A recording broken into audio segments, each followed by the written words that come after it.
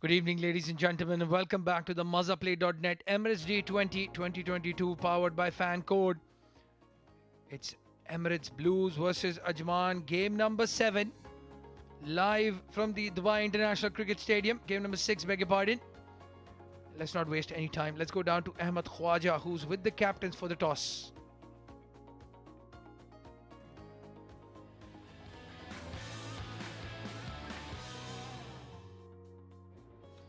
Good evening, ladies and gentlemen, and welcome to the Dubai International for the MazzaPlay.net Emirates D20 2022 powered by Fan Code. Well, we've already seen one thriller today played between Sharjah and Dubai. It's time for the big clash of tonight. Match number 6, it's Emirates Blues taking on Ajmans. To my left are the two captains. Of course, the UAE national captain and captain of ECB Blues, CP Rizwan. And we have Mr. Iftikhar Ali, our match referee. And of course, the Don, Nasir Aziz, the captain of Ajman, is going to be CP to flip the coin. Heads is the call. It has come down as tails. CP Rizwan, you have won the toss. Please come close to me. What are you going to do? What have you decided? We would like to bowl today. And what is the game plan behind that? I feel Dew might come to play. Just an assumption because what we saw in last two matches played in the night, it was easier to chase. But having said that, we have to still do the process well. You cannot just depend on toss. If you do the process well, obviously result will fall in place. Yeah. And what do you think is a decent target to chase on this wicket? I think anything under 130 should be fine. We will try to restrict them under 130 fully. Yeah. Any changes to the playing 11? Yeah, we got one change. Vishnu comes in for Ashwant. Best of luck for the game, CP. Thank you so much. Nasir bhai, please join us. Unfortunately, lost the toss this time, batting first. If you had won the toss, what would you have done? Definitely, I like to bowl first because of a dew factor. Last match also is too much dew. So this is part of game. So we'll try our best for we'll do like a 150 or 60 run is a good total.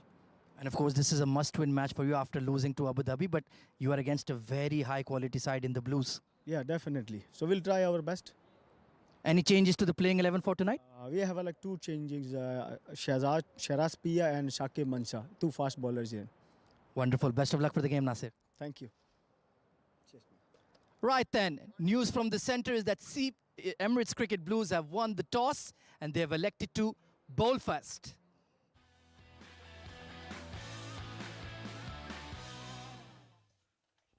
Well, thank you, Ahmed Khwaja. News from the center is then that Emirates Blues won the toss. Emirates Blues has won the toss and elected to field first. Those are the lineups then. Ankur Sangwan, Anshtandon, Dawood Jaz, Mohammad Ajmal, Nasir Aziz, Rahul Chopra, Sagar Kalyan, Saqib Manshad comes into the Ajman lineup. So does Shiraz Pia, Sultan Ahmed and Wajid Khan. The playing 11 for Ajman. And for the Blues, same team as yesterday, just the one change. Vishnu Sukumaran coming in for Ashwant Waltappa. A very strong Emirates Blues lineup. Alishan Sharif, Fad Nawaz, Hazrat Bilal, Matiullah Khan. What a day he had with the ball. Mohammad Farazuddin, Jawadullah, another stylish bowler. Rahul Bhatia, Rizwan CP, the captain. Vritti Arvind and Zawar Farid. Very strong looking Emirates Blues. Joining me in the comm box to start off proceedings will be Shoaib Ahmed. Shoaib, welcome. Thank you, Abdurrahman. Interesting matchup, this one. Emirates Blues taking on Ajman. Emirates Blues winning their first game yesterday against Dubai, while Ajman took a beating against Abu Dhabi in the first day, the second game of the first day, in fact.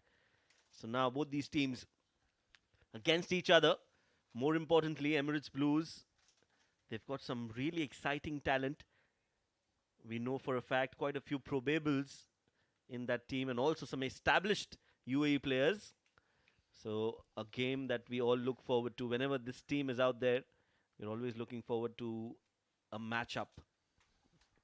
We're talking about matchups. It's going to be Hazrat Bilal, right arm fast bowler, just made his entry into the UAE national side. What a story this is as well. Started his cricket in Division 3, shot up the ranks, and he looks like he belongs at the higher level, at the high stage. Umpire Mr. Sunij starting off proceedings. And Wajid Khan will be on strike. Nicely played. First ball in the gap. They're looking for two. Tight run, but they will get that run comfortably in the end. That's what you would call a gentle loosener from Hazrat Bilal. He's like a diesel engine. Takes his time, gets moving. And once he's hot, he is hot and furious. Wajid on the other end, he's not going to hold back. Knows just one way to play, and that's very, very, very aggressive. A left arm, a very aggressive batter. That's his description. But you're right, Hazrat Bilal.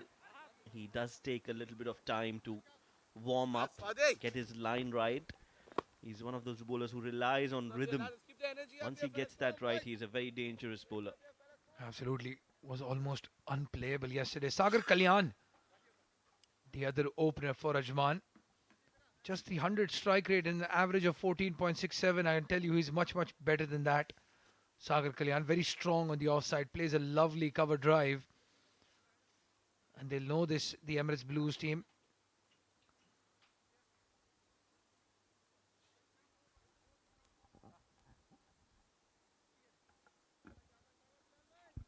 Three runs on the board in the first two deliveries. A slip in place and a gully for Hazrat Bilal. Goes upish, goes aerial, over extra cover. We know he's so strong in that zone, and the heavy outfield will help Emirates Blues and their fielders to restrict that ball from going over the ropes. Yeah, not the quickest of outfields here at the Dubai International Stadium. Vishnu Sukumaran doing really well. Getting his first game in this MazzaPlay.net Emirates D20 powered by Fan Code. But even though they don't have a boundary to their name, this is a quick start. 6 on the board already. Halfway through the first over. Interesting that Emirates Blues have gone ahead with Hazrat Bilal and have asked him to open the innings. No Sabir Rao. Gentle nudge again. That extra bounce that Hazrat Bilal can extract from any wicket. That is his strong zone. That is his strength. And does well to just play it towards the square leg for a single.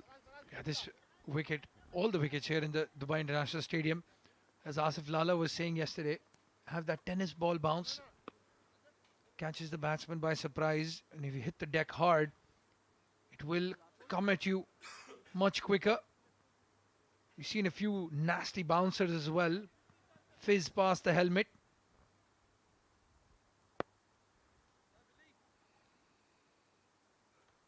Hazrat now has a gully in place for Sagar, no slip. Gully of backward point.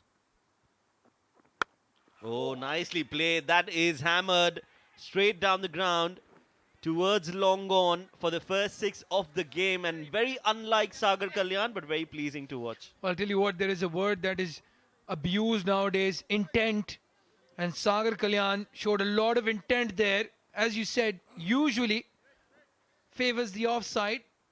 This time goes towards mid-wicket and gets the maximum. That's a statement shot there, Shoaib Ahmed. Absolutely. That was a class shot. You don't expect that. Nobody expected that. I'm sure Hazrat will be a little surprised as well.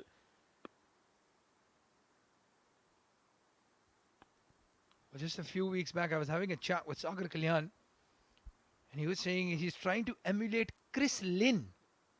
The way he bats, very still on the crease, not a lot of movement of the feet, and then just playing through the line. And Chris Lynn would have been very proud of that shot.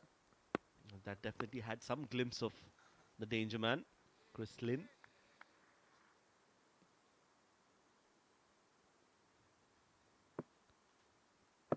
A deep point in place and a deep third for Sagar Kalyan.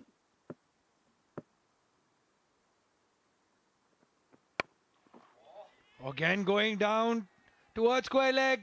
It's going to be another maximum. Sagar Kalyan is on fire at the moment. 2 shots, 2 statements made, and 2 maximums. End of the over, but look at that 6 before we go into a break. Beautiful shot. Now, this is a typical response from a fast bowler. A short ball which was expected by Sagar Kalyan, was ready for it, and got 6 runs. 19 in the first over.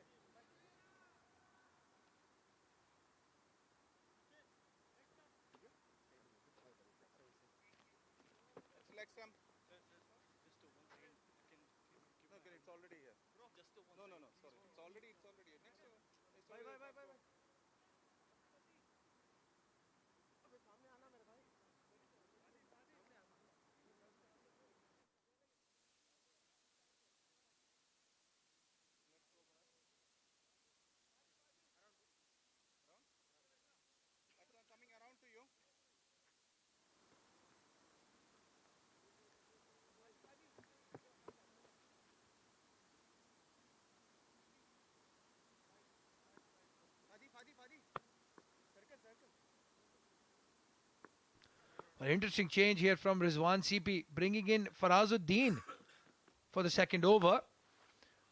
And the first ball has been dispatched over long off for a maximum. Ajman, what have you guys had for dinner? Well, I think it's the early supper that has got this approach for them. Ajman, after that defeat in that first game, have taken a learning from the innings of Abu Dhabi. Kamran Atta was hitting the ball all around the park, and now it is the openers of Ajman who are doing the job for their side. Wajid with that first ball 6 straight down the ground. Goes quicker this time, played to Alishan Shafu. And you know, we talk about matchups. Well, Rizwan CP going for the off spinner against the left-hander, but Wajid Khan loves facing spinners in the power play. Hit straight down the ground. It's racing away. It's racing away for a boundary. 10 runs of 3 deliveries. This matchup clearly not working in the favor of Emirates Blues. You can immediately see Rizwan CP coming up to Farazuddin to talk about the plan and the strategy and the approach. But very difficult for a right arm spinner to be bowling with the new ball and getting it right time and time again. Not a bad delivery, but on this wicket the ball does come a little bit slower. And Wajid has done well to just adjust to that pace and hit it straight down the ground. Another biggie on one knee. He's hit that straight over the long on fielder. Zawar Farid will just be a mere spectator as another 6 comes in for Ajman. Well, the importance of this approach from Wajid Khan is he's hitting straight. He's not going across the line. That's when it's dangerous against the off spinner. In the slot, down on one knee. There is a fielder there, but he's a mere spectator. 35 on the board already with just in over number 2. What a great start. What a brilliant start from Ajman. They're not holding back their punches. And it's knockout time for Emirates Blues. Another biggie. Over point this time. Won't go all the way. It's the bigger part of the boundary, but 2 runs will definitely be on the cards. Well, a risky shot. But again, the advantage of the power play. Fielders in the circle. All he had to do was just get over them.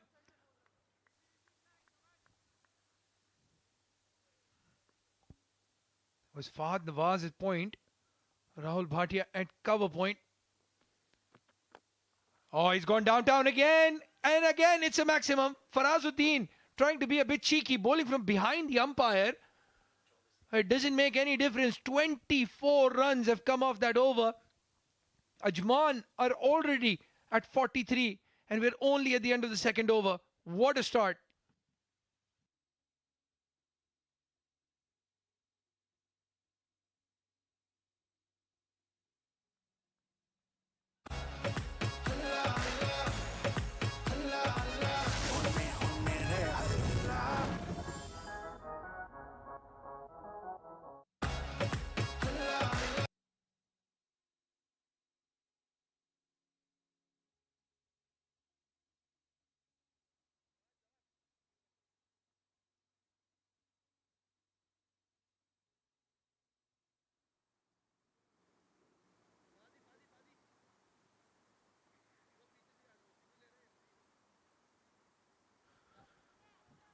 Well, it's not usually the case that you're out of breath in the second over. But Ajman Well, they are hungry today. 43 in the first 2 overs. Rizwan CP has to think on his feet now, bringing in Jawadullah. This is a good move with the left arm fast bowler coming in. Yeah, I'm surprised he didn't bowl the second, but finally, common sense prevails. And he's been introduced into the attack.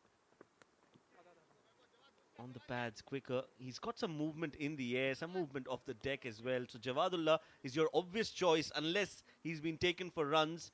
He's been promoted up the ranks. We've seen a steep rise in the stature of Jawadullah, and he's been brought into the ECB ranks for a reason. And that reason that he is effective with the new ball. I wouldn't know why you would not start with somebody like Jawadullah. Yeah, again, well, sometimes you read the game of cricket a bit too much. The left-hander versus the off-spinner is a matchup everybody knows. Well, Wajid Khan is no normal left-hander. He's aggressive, he likes to hit straight, and he loves batting against spinners. This is going to be a challenge though. Jawadullah, just the extra zip, as you were saying, off the wicket. Fuller delivery, drilled towards the offside. Again, that heavy outfield will not give them the four that shot deserves, but they'll still get 2 runs. I'll tell you what, there's something that happens to the players when they come up against Emirates Blues. They just make that extra effort with the bat, with the ball, in the field as well. And you can see that Wajid Khan looks a little bit more determined, a little bit more focused as a batsman. 29 of 10 already, almost 300 strike rate. Well, you know there are the right eyes are watching when you're playing against Emirates Blues. So everybody wants to perform. That's a big wide. No, it's been called a no ball. Was it for the overstepping? Likely so. While going for that extra yard or so of pace. And the one man you don't want to give a free hit to is Wajid Khan. 46 on the board already. 3 runs away from a 50 stand. And still halfway through the power play. He's talking about 130, 135 Rizwan CP. It'd be very lucky if we can get them out under 170 at this rate. Free hit coming up. Fuller delivery. Nicely bowled. Smart bowling from Jawadullah. Now Jawadullah has... he doesn't look like a fast bowler. Now that is what is really impressive about him. Not heavily built. Not very tall. Not a lot of muscle. But he's still very quick, very effective, very consistent. Definitely a special talent. Yeah, absolutely. Reminds me a bit of Fazal Faruqi of Afghanistan, beg your pardon. Short in stature, but very quick, nippy action.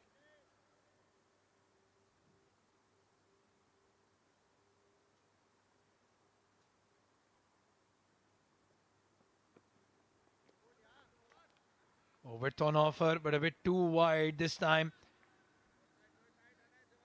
A wide, so he'll have to bowl that again. That's a risky ball with the field that they have.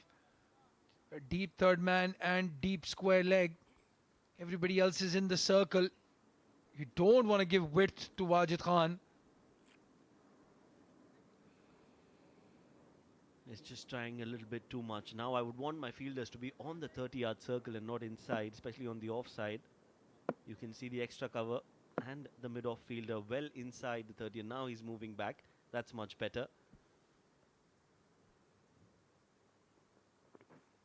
Oh, getting down the leg side.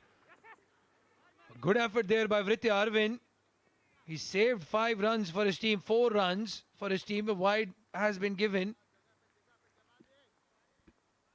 Now that was a quick delivery, but just not the right line. Jawadullah struggling at the moment in terms of getting the right line and length. Trying to bowl on the stumps, overcompensating on that occasion. And you can see there's some extra carry and bounce and some movement in the air after it crossed the batter. Well done by Ritya to just get some hand onto it. Yeah, he's very lucky that's not ricocheted off his hand into his face, Vritya Arvind. There's IL T20 coming up in about 29 days. You want to look your best as well?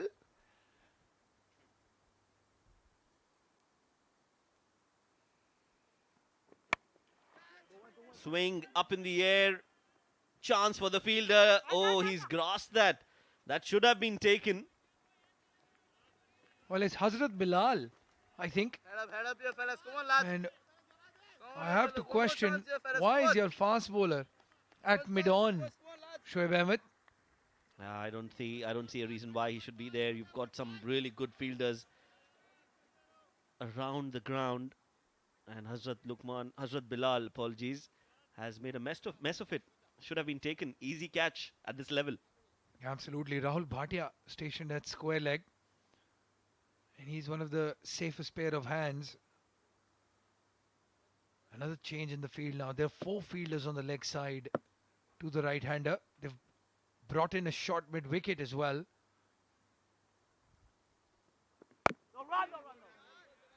Well bowled and well played by Sagar as well. That's a much better length to be bowling.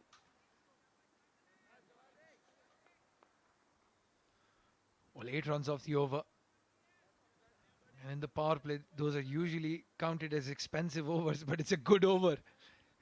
Considering what happened in the last two, 52 on the board already, and all that carnage. We've missed out on the fact that this is a 50-run partnership. And we're just in the 3rd over. Brilliant batting from Ajman. Yes, it's been a run feast so far. Last ball of the 3rd over coming up. Again, Fuller. Oh, nicely played, nicely fielded, nicely done to release the ball early as well from Jawadullah, but just didn't get it on the stumps. A dot ball to end the over. 3 overs, and Ajman are looking strong with 52 on the board.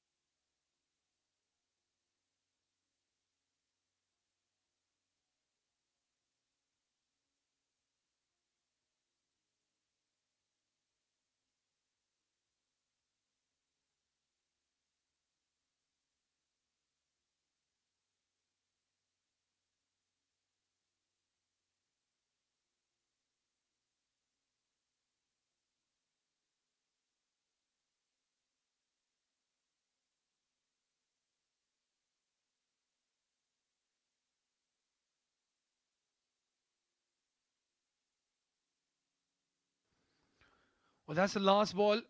Just there, twisting his foot. Sagar Kalyan. And a run out was missed, but he seems to be limping out at the moment. He has a very heavy strapping on his left ankle.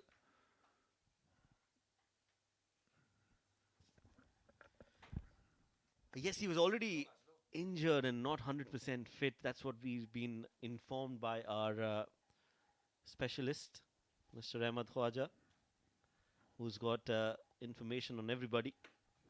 Yeah, a bit too much information on everybody. You have to be careful around this man. But yeah, he's not fit, and you can see that it might have just aggravated that injury, trying to get back into the crease. Now he's gone back, he's retired hurt, and there's a new batter out there in the middle, Dawood Ijaz, who's been sent to bat at number 3 effectively, but there's no wicket that has fallen yet. Yeah, I think Sagar Kalyan will be able to continue. Maybe get that foot looked at, get some ice on it, the magic spray. Wajid Khan will be on strike. Those are Dawood Ijaz's numbers. Oh, played in the air. In the air. It is going a mile and a half. It's gone for a maximum. Well, that break hasn't helped anyone. It's Matiullah who picked up 2 wickets in his first over against Dubai. And the first ball has been dispatched for a 6. Player of the match of the previous game, being bludgeoned over long on the very first ball. That is cricket for you. In the slot, Wajid Khan is saying no more dilly-dallying. If it's in the slot, I'm going to go for it. And what a great start this has been from this left-handed batter, Wajid Khan. It goes slightly shorter in length, and Wajid is very, very unhappy. Matiullah Khan has survived. It would have been a boundary. Short fine leg was in the circle. That was a boundary ball, Shoaib Ahmed. Oh yes, on the pads. Just had to flick it, guide it, and he would have gotten 4 runs. Trying to hit it too hard on that occasion. Wajid has missed the ball completely. Unlucky escape for Matiullah.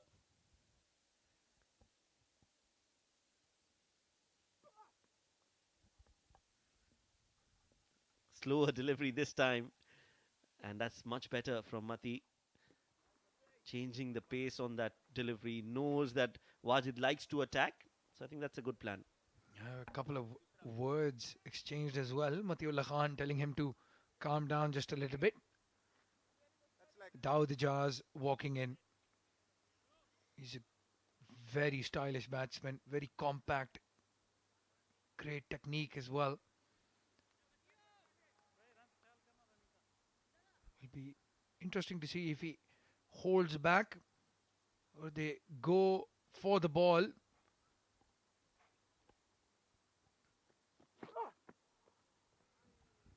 Some width on offer and he's let it go. Not a bad idea. We saw Matiullah pick up 2 wickets with that outswinger to the right-hander. Ramesh Shahzad, one of them, trying to play that cover drive and getting the outside edge. Surprising to see no slip in place for Matiullah. We saw a catch in that previous game in the slip region. Rizwan CP was himself stationed in that slip cordon. But today, the kind of start Ajman has got has put Emirates Blues on the back foot. Right behind it. And a big shout of no. Well, I have to ask the question here, Shoaib Ahmed. If it was Sagar Kalyan, I would understand not having a slip because he's settled in. But this is a new batsman facing his first delivery. And you have your premier fast bowler, Matiullah Khan, who's been the man of the match in the last game. He's got confidence behind him. Why wouldn't you give him an attacking field? Now, if Dawood Ijaz is able to hit him for 6 over extra cover, then that's fine. You take the slip out.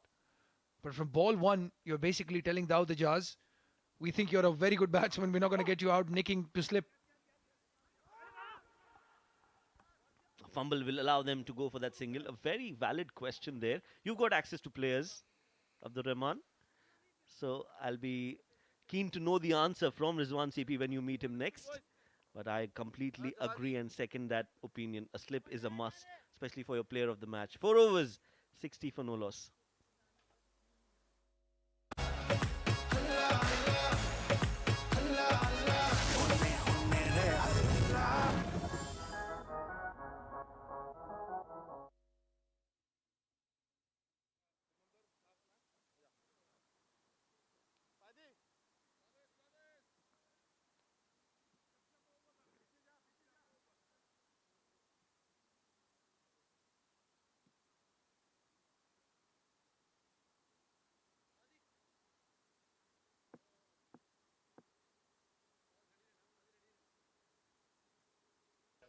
Javadullah will continue to Dawood Ijaz. Now they have a slip. Good to see. Oh, big in swinger, big in swinger. Very good delivery from Dawood Ijaz. Javadullah, beg your pardon. To Dawood Ijaz. Thank you, Shoaib Ahmed. Well, pleasure to be of help. But that was a good delivery from Jawadullah. First time that we've seen some movement in the air for him. And that is because he's bowled this one full, Abdur Rahman. That is why I feel that fast bowlers with the new ball should be bowling a lot fuller. This time a direct hit, but he was home safe and sound. Has done well. Just get the form batsman on strike. Javadullah struggling against the left-handed batsman for now.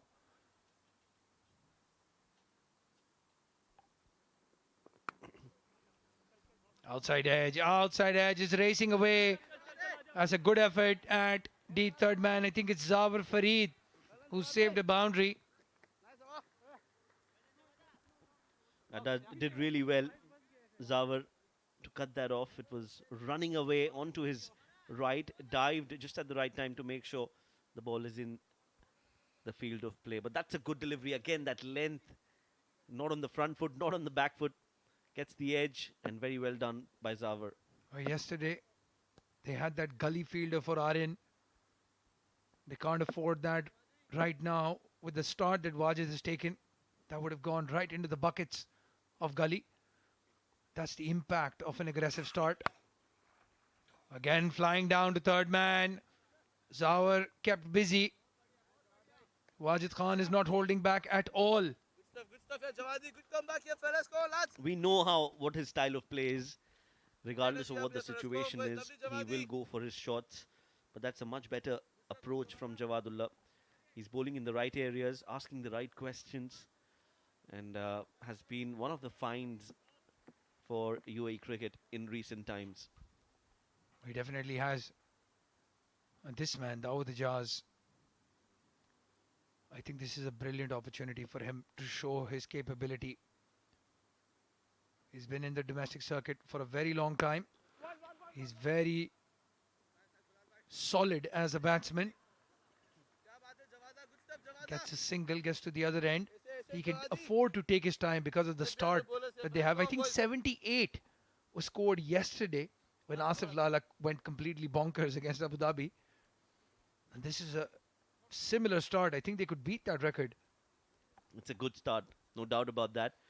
And you're right. I think he's the ideal player to come at number 3, Dawood Ijaz, for any side. He's got the right technique. He's got the ability to accelerate when he wants. He's got all the shots in the book. So, a number 3, a perfect fit. Oh, again short and wide and 4. Wajid Khan is not going to hold back. When you bowl a poor delivery, he's going to take his toll. Very good looking shot, aggressive shot. Yes, you have to pay if you bowl loose deliveries. The consequences are right in front of you. Short and wide, easy pickings. He's sighting the ball really well. You can't afford to bowl that line and length to somebody like Wajid, who's on 43 of just 18 deliveries. I'll tell you from personal experience, he loves batting in the Dubai International Stadium as well. So charges down the track. And he misses the short ball. Another eventful over comes to an end. Ajman are 69 for no loss at the end of over number 5.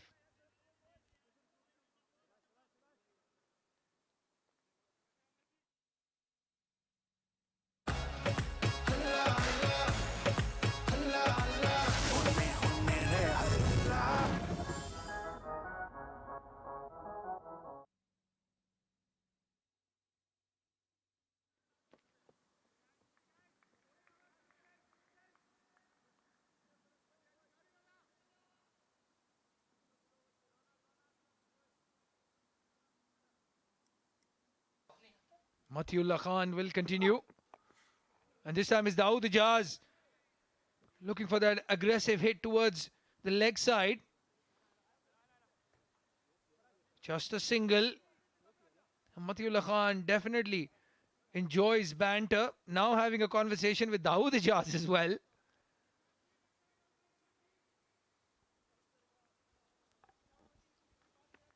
Yes, Mathiullah, he's riding high on confidence after that player of the match performance. So you would expect him to continue on, build on that. But as of now, he's up against a stiff challenge of Wajid and Dawood Ijaz. Short ball pulled and pulled well, straight to the fielder. And Vishnu has just lost the side of the ball. I'll tell you, it's not easy to catch those catches at that height. And Vishnu has just made a mess of it. Well, Wajid Khan living dangerously gives an opportunity, and I'm sorry about that, Shoaib Ahmed, but that was a simple chance at this level. There are no floodlights to disturb your line of sight. The ring of fire is probably one of the best in terms of lighting for catches, and Vishnu Sukumaran seems to have hurt himself. Well, they're being kept very busy, the staff.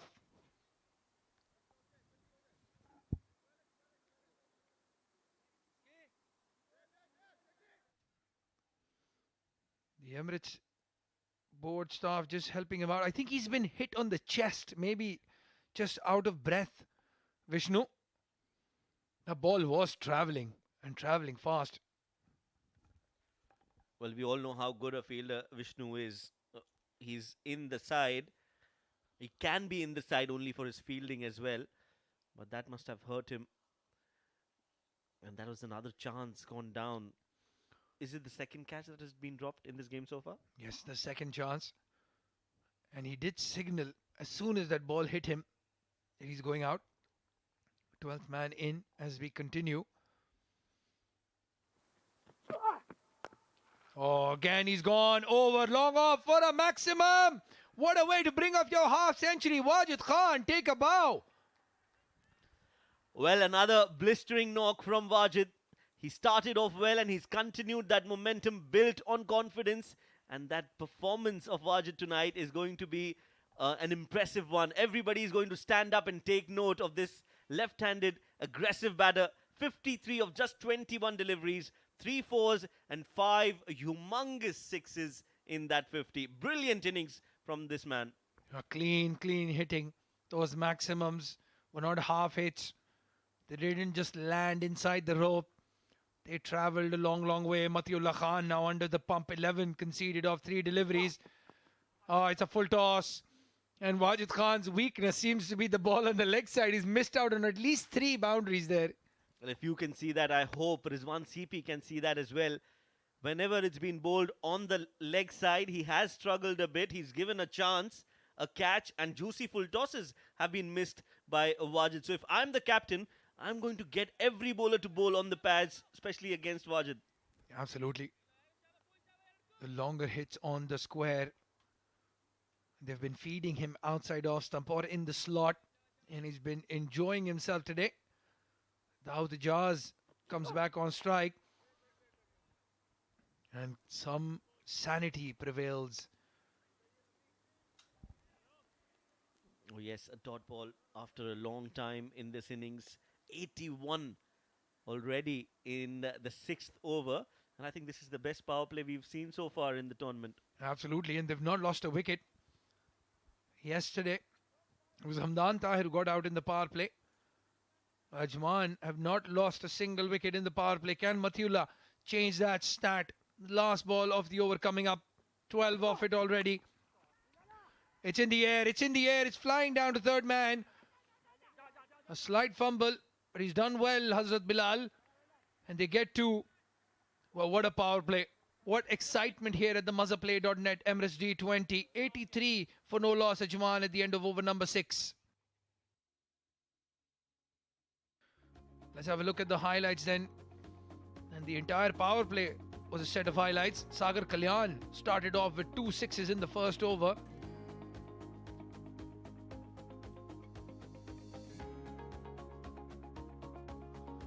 And then they brought in Farazuddin against the left-arm batsman and 24 runs conceded. Wajid Khan took a liking to the off-spinner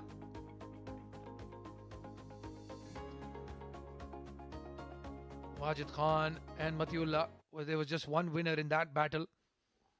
Umpire Sunij signaling the end of the power play. And as soon as that has happened, the captain has brought himself on. Oh, this is a good move. Rizwan CP now coming into bowl with those big googlies. Desperate times call for desperate measures. With great power comes great responsibility. Make sure that's not trademarked, my friend. You don't want to get trouble. But yeah, Rizwan CP, he definitely has the knack of taking wickets.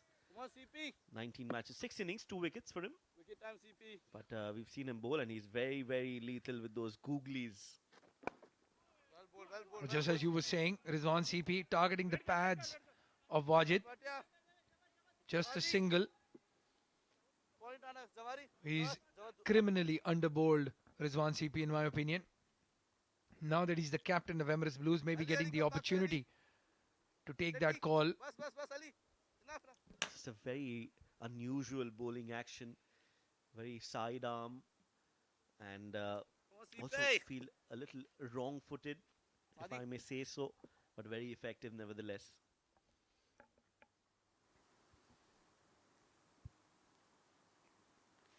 Coming around the wicket to the right-hander, full toss. Has he dispatched it to the boundary? No, he has not. Dawood Ijaz adding to the frustration as well. Ajman, if anything, if you want to be critical of this batting performance, they have actually missed out on the bad balls. They've hit the good balls for sixes and fours, and they've missed out on the half stump, on the leg stump half volleys and full tosses. CP. That's right. That is so true. The full tosses have been taken for singles, so that could also be a plan. Bowl more full tosses. You never know. I'm yet to meet a coach who would say, let's bowl more full tosses. He reads the googly very late, but that's good batting. Dawood Ijaz calls him quickly for a single. Not a bad idea for Dawood to face Rizwan's over. Well, the current age that we are living in, Abdul Rahman, I feel that nothing is right or wrong in the sport. Nowadays, you see the approach in Test cricket, you would wonder CP. what's happening. So, a lot of different approaches and strategies, and one day you never know, full tosses could be the New Yorkers. The kind of batting we've seen and the kind of changes that we've seen in cricket. Another full toss, another poor delivery, and another single. Well, they've gotten the trick down now. Don't let the ball land on the wicket and you'll be fine. Well, Abdul Rahman, I've been fortunate enough to call the women's game as well. And there was a very interesting fact that was told to me that a lot of women batters lose their wickets on full tosses. And a lot of spinners bowl full tosses. Again, the googly is slightly slow in the air and off the wicket as well. Just a single, very good over so far. But I have to say, just on the women's game, it is picking up. We see a lot of cricket now, especially the UAE women's team participating in a lot of tournaments. So that's good to see. And I'm sure there will be a lot of improvement in the way they play as well moving forward.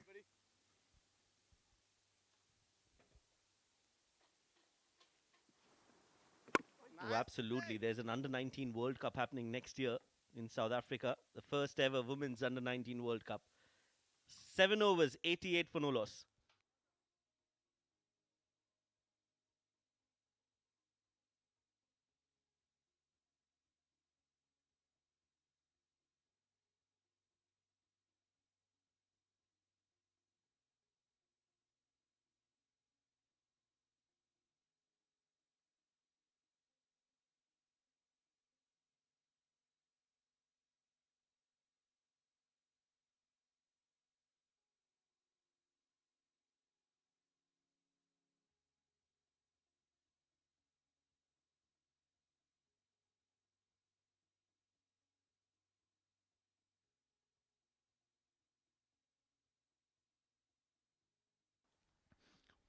Well, Rizwan CP giving another opportunity to Farazuddin. 24 conceded in the first over, but that's good to see as a captain. It doesn't matter if you've gone for a few runs. If you're a premier bowler in the side, you should be bowling regularly. Oh yes, slower delivery this time for us. away from Wajid, not in his zone. Has been hit straight down the ground. Just quickly touching back onto that point that I wanted to make about women's cricket and that full toss is fact. Well, it was because they were not anticipating the full toss, and when that happens, you're not sure whether you want to go for the aggressive shot or play defensive, and that's when you're in two minds. So I think that could also be one of the factors that the batters here tonight are not going for the big hits against the full tosses. Yeah, when you're playing against a team like Emirates Blues,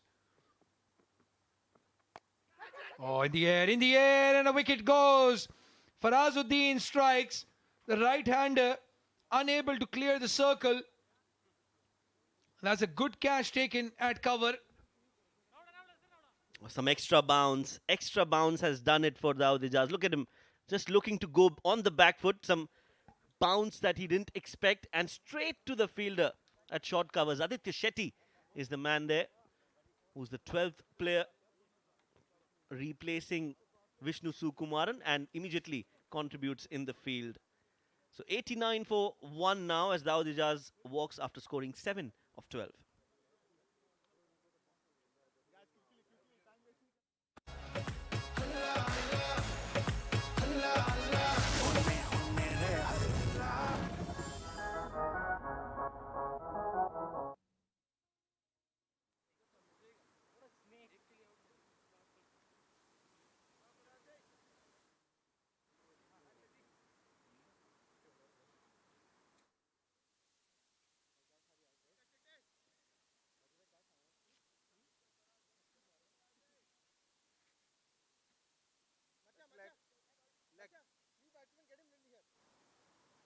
Right arm over. Four to come.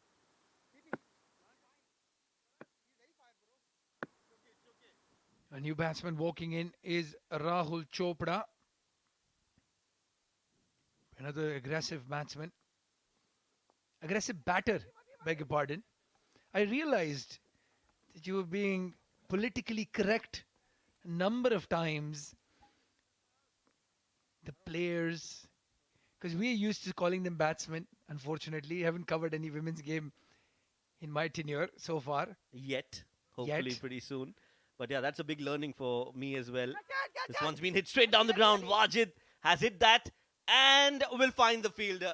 So that is another wicket. Farazuddin gets his revenge in this over and he strikes twice. And it's the danger man Wajid who'll have to walk back now. And the celebration comes out. The Farazuddin, this is my house celebration comes out. Slightly short, turning as well. Wajid Khan, he looks exhausted. That was a tired shot. And well, the one man you don't want to find in the field at long off or long on is Alishan Sharfu. 58 of 27. What a knock by Wajid Khan. Ajman, 90 for 2.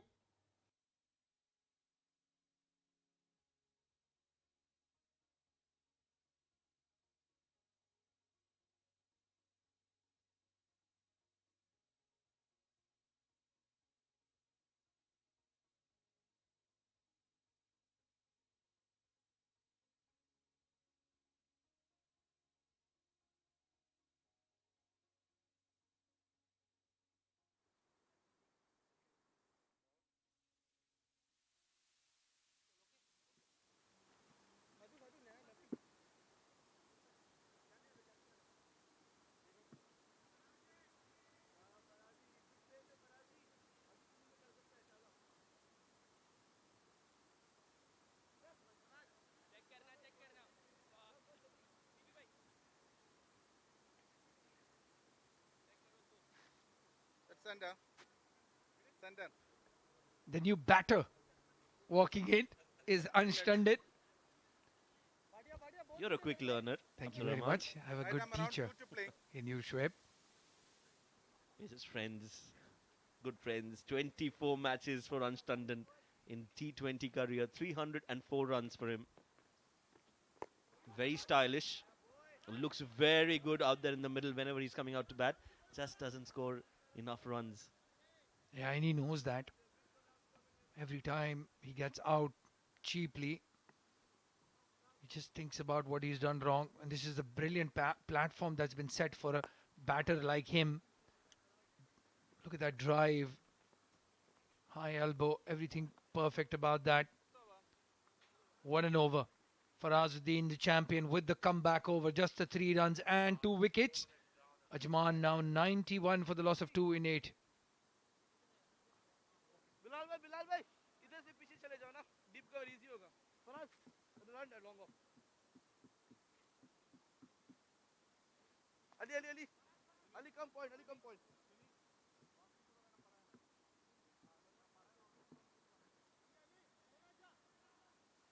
go middle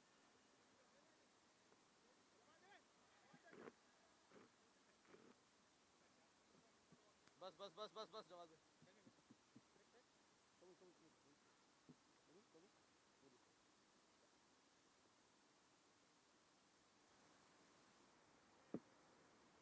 CP. Ready, Ali. Rizwan CP will continue. Oh, yes. And that loopy googly. Just one. Anstanden. Shetty. Pushing for 2. Shetty. A good running between the wickets. Well, the one thing for sure about Anstanden, he is fit and he will run fast. Yes, he's definitely very quick between the wickets. And that was a good approach, good intent. First run taken quick and hard. And when you do that, you put pressure on the fielder. And that allows you to go for the second. Yeah, Aditya Shetty just a bit slow in gathering that ball. It was close. It is close. Now he's in. And that's why they were screaming at that fielder. He had to be just a second quicker. And that would have been a run-out chance.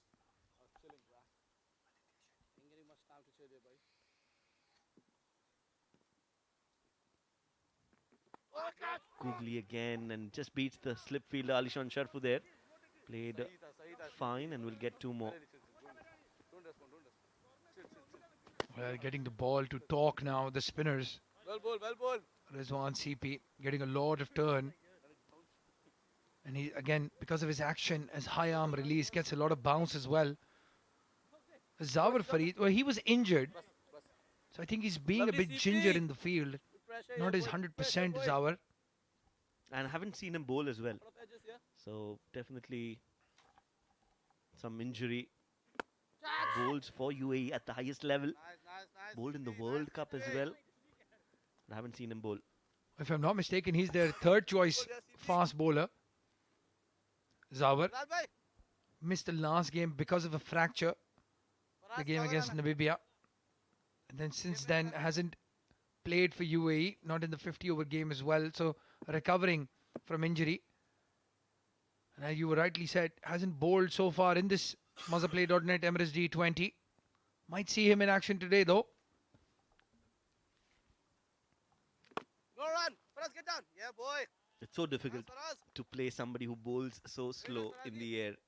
You have to wait, you have to time the ball, time the shot as well. Not easy. And that's why Rizwan is so lethal. And the problem is that you have to use your feet to gain momentum. But with the turn that he's getting, you're always in doubt that the ball is going to spin past your edge well ball or go under your bat. very well ball CP Happy to nudge the ball around, just take singles and doubles, and they can afford to do that with the start that they have. Not even at the halfway stage, and Ajman already close to 100 runs.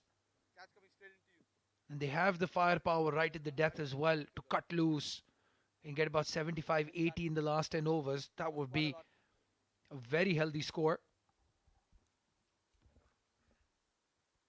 oh no run CP get down there Nicely played, but equally well fielded by Rizwan. A dot ball to end the over.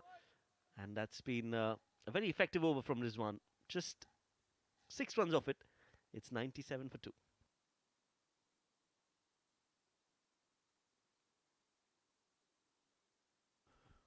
While you're watching these games live on the Fan Code app, if you're in India, Geo Super in Pakistan, and CricTracker on the YouTube and Facebook page, the MazaPlay.net Emirates D20 powered by Fan Code. It's a ITW Prodigy and TPT 360 production for the Emirates Cricket Board. What a platform. What a setting this for the cricketers here in the UAE. As Rahul Chopra Guides it down to third man. He's pushing for two. This is a risky run, but they've taken it. It's Hazrat Bilal. They're targeting some fielders. When the ball goes towards Hazrat Bilal or Aditya Shetty, they usually push for that second one. Yes, and I think that's the right approach as well. He knew that Hazrat Bilal will take some time. And also the field, the boundary is bigger on that side of the boundary of the ground.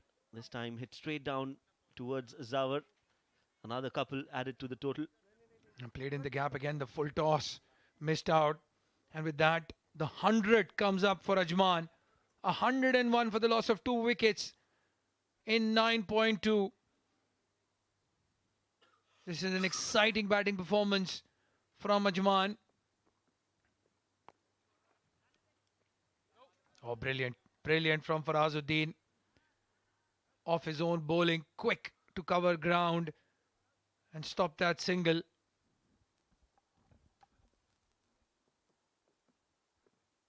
Short ball, poor delivery, nicely played by Chopra behind square leg, and he'll get 4 more important 4 runs coming in for Ajman. Yeah, well, Farazuddin's problem is he gets a bit too overexcited sometimes. That fielding effort in the end, when he saved that single, got pumped up just a little bit and then bowls a short delivery down on the leg side. Rahul Chopra is not missing out. No chance for that square leg fielder.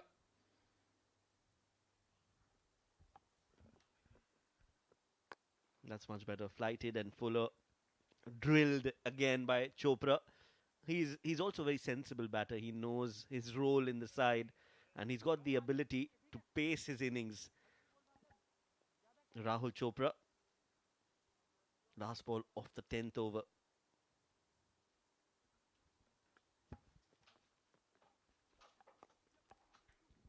On the stumps, this time whipped by Anstunden. And it's only a single. So 10 runs off that over. And at the halfway stage, Ajman are sitting nicely, 107 for 2. We'll have a short drinks break. And then to take you to the end of the innings, it'll be Ahmed Khwaja and Mohammad Rashid.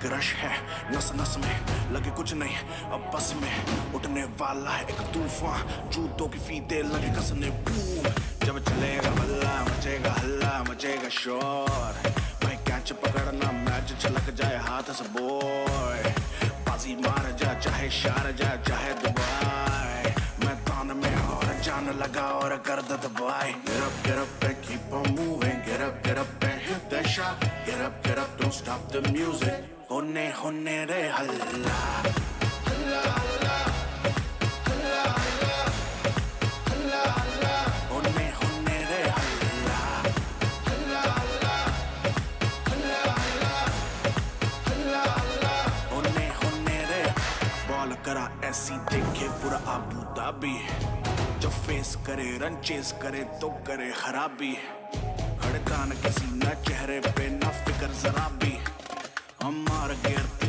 चाल शेर सी ठाठ नवाबी best of the best you know put the best to the test you know lights are bright जैसे हो रहा cricket festival get up and keep on moving get up and hit that shot get up don't stop the music होने रे हल्ला हल्ला हल्ला हल्ला हल्ला हल्ला हल्ला होने रे हल्ला हल्ला हल्ला हल्ला हल्ला हल्ला हल्ला होने रे हल्ला हल्ला हल्ला हल्ला हल्ला हल्ला हल्ला होने रे हल्ला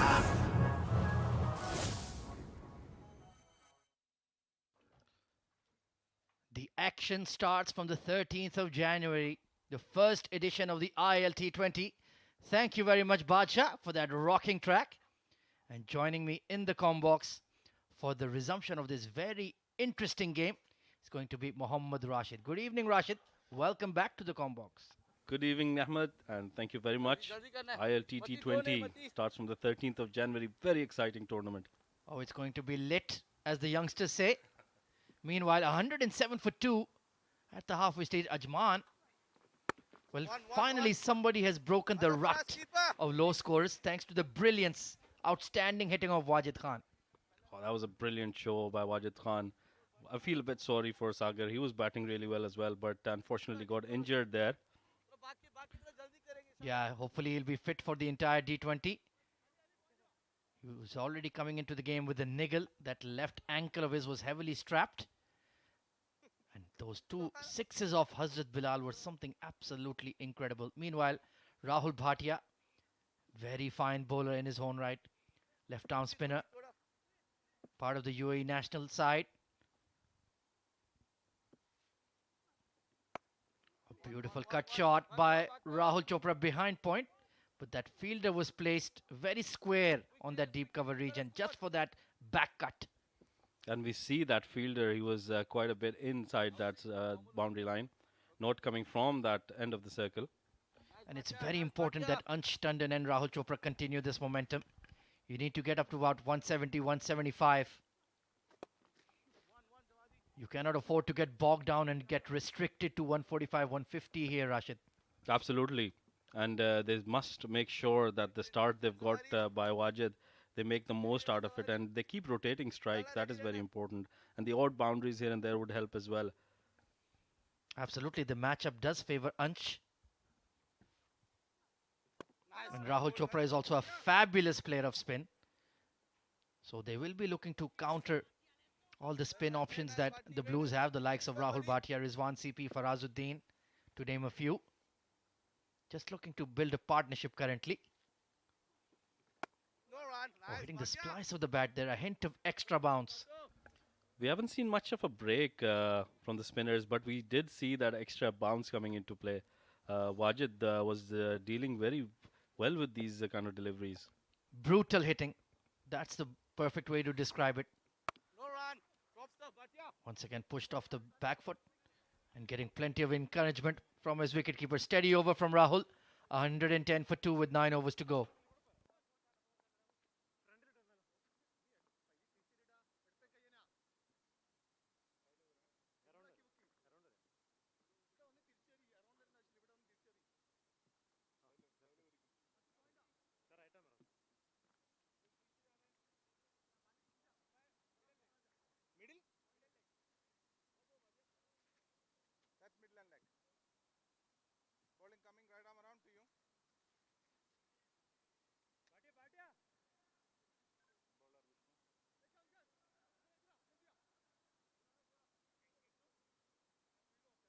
Well, this is very interesting.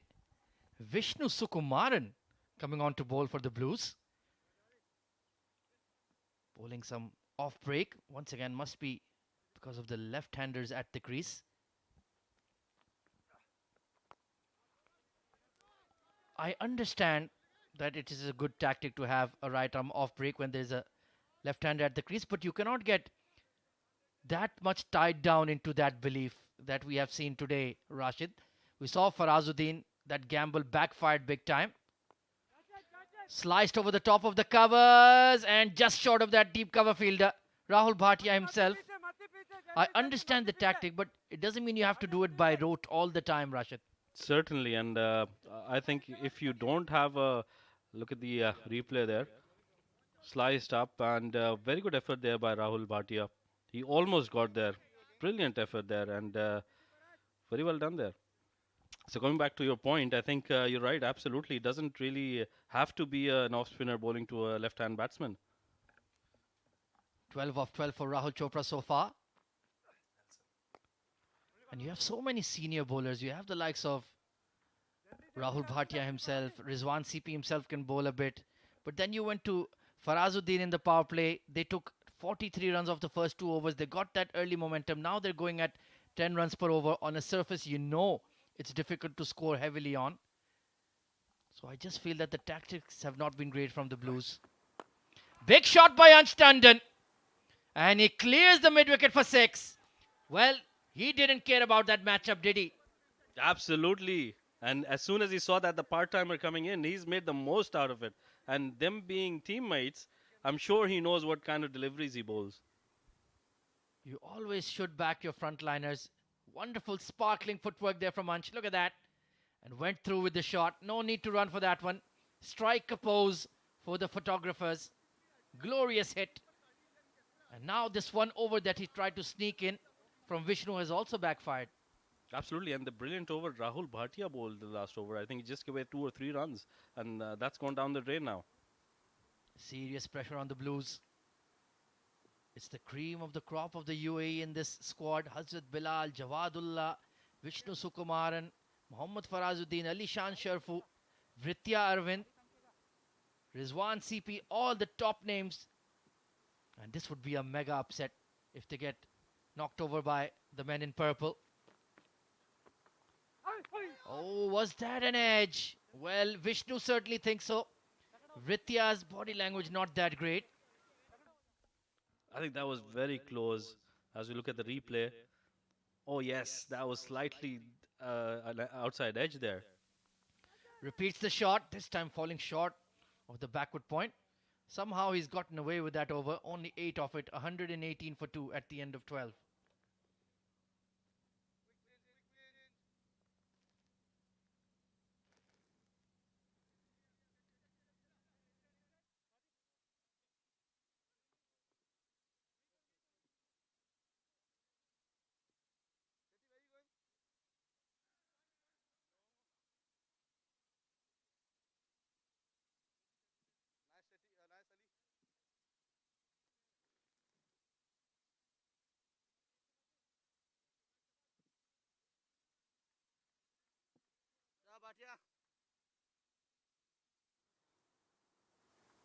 Rahul Bhatia continues. Pulled away towards widest long on. In the gap for 4. Rahul Chopra on the offensive. He's opening up now. I think he's a very, very smart cricketer. As soon as he sees that ball in his zone, he goes for his shots, and also makes sure, as we see the replay here, slightly short of length, and he's gone onto the back foot and drilled that towards that cow corner. Easily one of the best middle order batters in the UAE. No question about it, Rahul Chopra. And is also a wicket keeper by trade if need be. He's been focusing more on his batting, so the performance chart on that front has certainly increased. And he's a key player for the men in purple. Most certainly is, and doing a very good job here for his team. No run. Trying to squeeze that away to point. Bit of a misfield, but I think that was the right call. You don't want to give away your wicket in a silly, needless run out. Nice, Bhatia. Do you think Ajman is setting up the platform right for their lower order batsmen to come in middle lower order? Certainly seems the way. Back cut once again. Couldn't find the gap. It's difficult to get the ball away square of the wicket still. It's still a slow, two-paced wicket here, Rashid. And all these runs that Emirates Blues have conceded, it's going to be mighty tough in that run chase. And like you mentioned about the lower order, they've also boosted their bowling resources. Shiraz Ahmed and Saqib Manshad, both high-quality left-arm seamers included in the squad today. Absolutely, very well pointed there. I think they've set up that balance of the team very well. I think it does take a bit of time for teams to, get that gelling in and getting that balance right. But once that starts working for you, I think they do well in their games. Finish well, Bhat. It's a very quality side. Big names in this Ajman playing 11. Familiar names. Stepping across the line. And beautiful sweep shot. Bit of a bottom edge. Big chase. And will be just about reined in by Jawadullah. So once again, a productive over for the men in purple. 125 for 2 with 7 overs to go.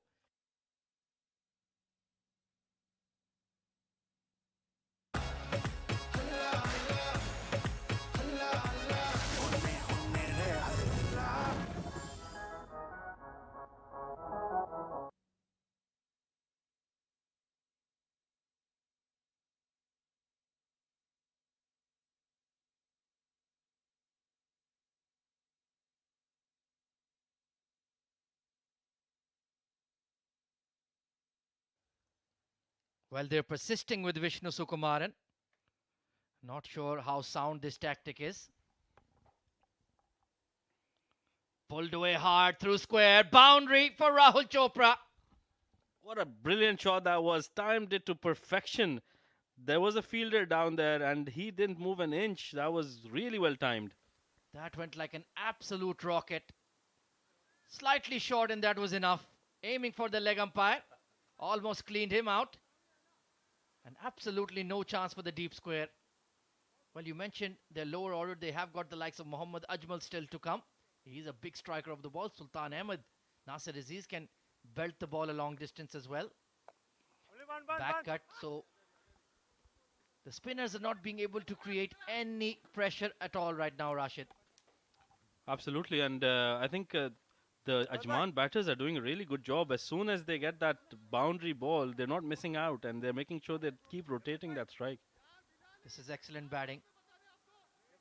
Even though they've lost a major player like Sagar Kalyan due to injury, they still continued with the momentum. Yet to see Dawood Ijaz fire with the bat as well. It's only a matter of time. High class player. Big shot by Ansh Tandon towards square leg once again. Into the gap. One bounce over the rope. This is superb counter-attacking cricket from Team Ajman. Absolutely brilliant batting there by Ansh Tandon. What a good shot that was. He got down on one knee and hit it through that square leg region and made sure that he got that connection right. And he is making mincemeat of this matchup weakness, the so-called weakness of left-handers versus right-arm off-break. He's already taken a 6 off Vishnu, now a boundary. Brilliant batting. More headaches for the Blues.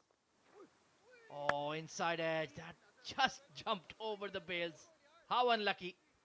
He's definitely busting that myth. And to perfection, I must say. And I'm really happy to see him start this tournament well. Scored 33 the previous night as well. Stacking up the scores.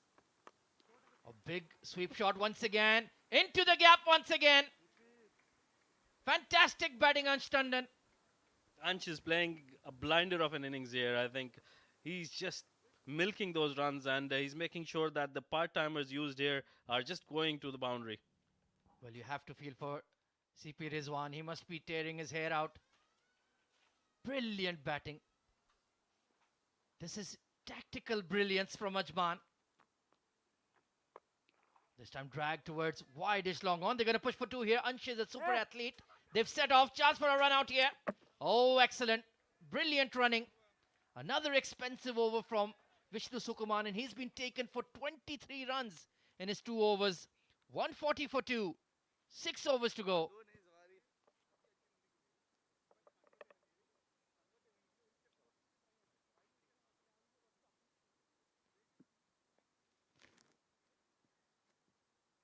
Bhatia.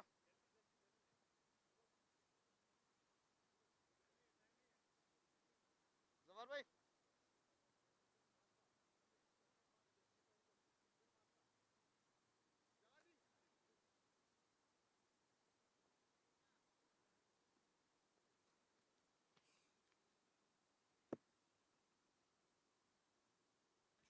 Rahul Bhatia continues. And so does Rahul Chopra. Drilled through extra cover. Thankfully, long off was on the move, but a misfield. Well, that is pressure for you, Mohammad Rashid.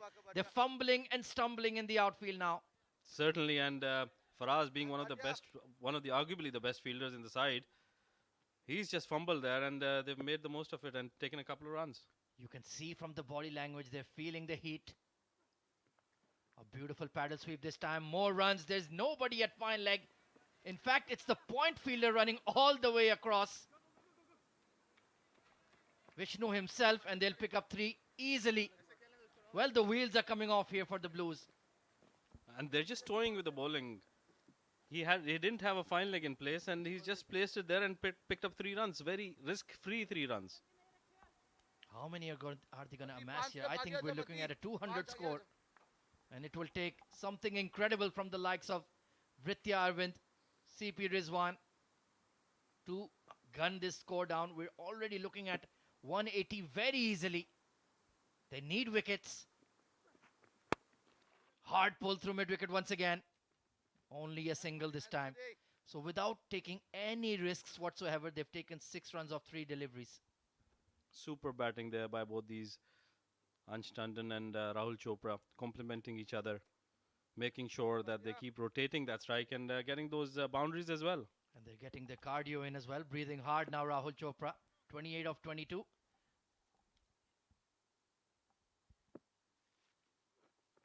Steps out and just the bottom edge towards long on. He's frustrated with himself. So even a quality bowler like Rahul Bhatia has been neutralized with this counter-attacking batting. I mean, the intent is just so wonderful. And I think after that loss in the first game, they've just come back with so much intent right from the top. Wajid Khan, Sagar Kalyan, they started off brilliantly, and these two have just followed it up. Drop kick to long on once again. Absolutely, that was a big blow to the ego of Ajman as well. There are a lot of big players in this side. And Nasser Aziz did say we were missing a couple of players, but now we're at full strength. And now we'll show how we really expect to perform in the D20 this season. And this is quite the hit. Taking on a top side like the Blues, taking them to the sword. A beautiful cut shot, Rahul Chopra missed out. And they will pick up one. He'll keep the strike. 149 for 2 with 5 overs to go.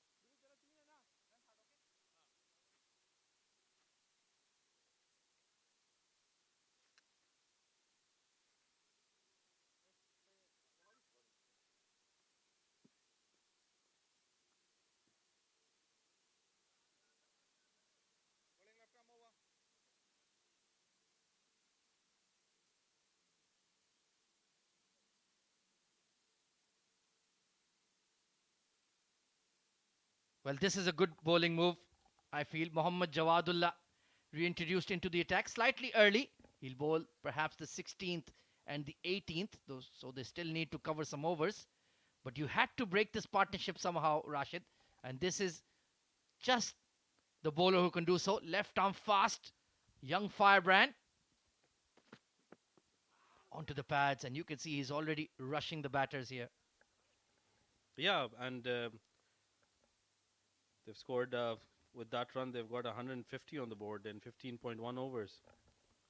Outstanding batting so far from Ajman. I think this has been the best batting performance of the D20 so far, apart from Asif Khan. I think that man might be the greatest batter in the history of UAE domestic cricket.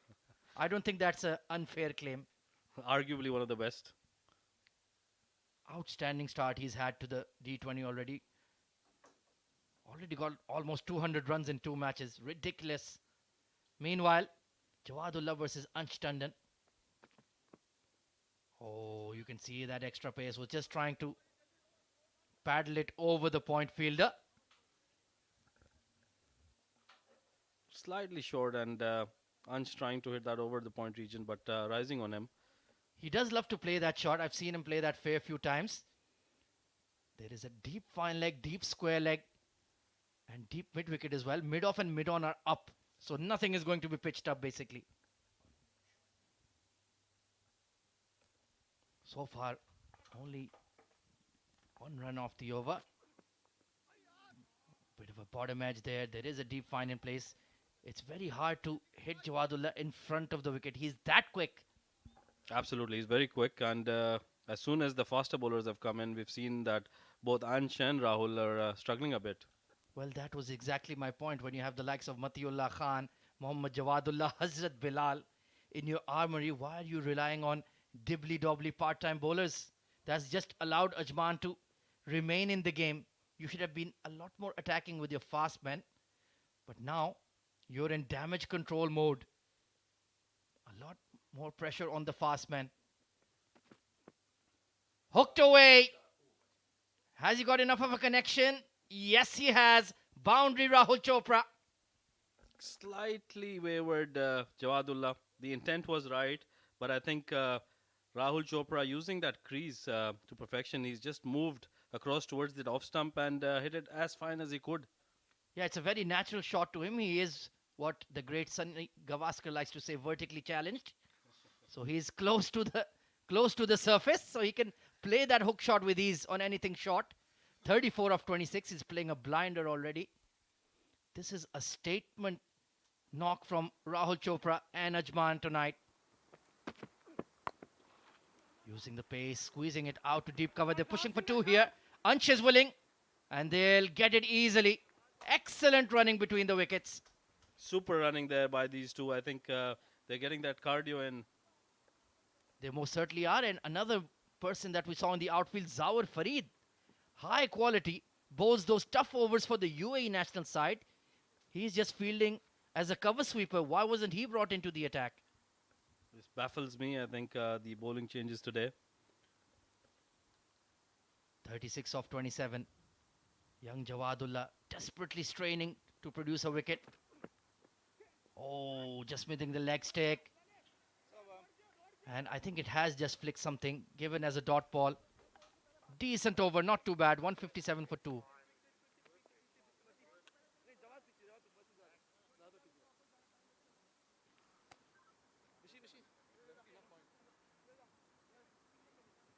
Umpire को ball क्यों दे रहे हैं? T20 है ना?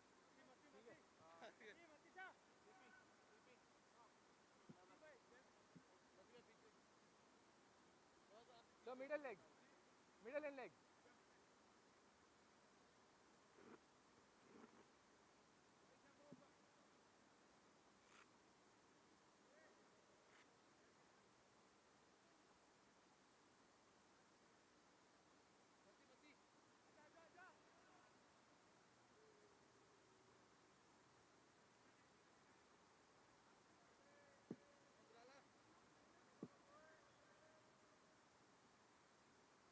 Hazrat Bilal back into the attack. Picked up by Ansh Tandon towards mid-wicket. You heard the crack of the blade. And it beats the mid-wicket fielder for 4. Super shot there by Ansh Tandon. As soon as he saw that it was pitched up, he just went with his shot and cleared that mid-wicket. No chance there for the fielder. Well, this is a rebooted Ansh Tandon I'm seeing in the Emirates D20. So happy for him. Under 21 lad. He has so much promise, but now he's delivering on that promise, Rashid. This is the kind of batting we expected from him. And now we're finally seeing it. Fahad Nawaz, another outstanding youngster. The body language says it all. He looks very concerned indeed. Rightly so. They're in a bit of bother here. 161 for the loss of 2 wickets and 16.2. This time better delivery. Oh, this is a chance for a run out. Just beat Hazrat Bilal there. And they're taking 2. And he's run himself out. Well, Ansh Tandon, that was not necessary. A suicidal double. And you've paid the ultimate price. A wicket gifted to the Blues. Certainly a gift to the Blues. These two were batting so well, I think, and there was no need for that double there. They were just getting those shots all around the park, and Hazrat Bilal doing the right thing. A very good throw. Easy run-out chance there for Prithvi Arvind. A sparkling partnership comes to an end. But another wonderful knock from Ansh Tandon. Yeah, that's a clear run-out. But he's certainly played his part. Gone for 36 of 25. Excellent strike rate batting in the middle order. 162 for 3.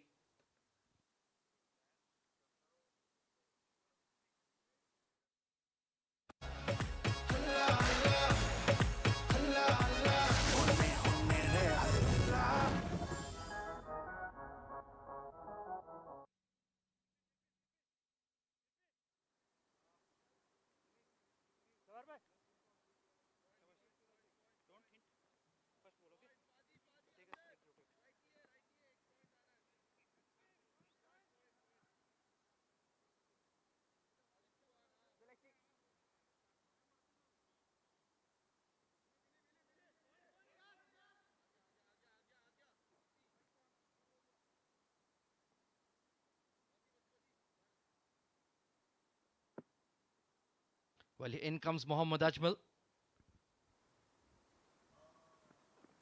Oh, attempted Yorker right at the toe end of the bat. I think it will need some running repairs there.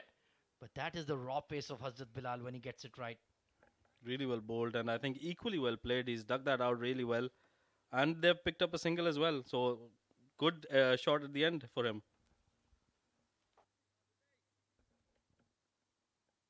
Well, this was that run out.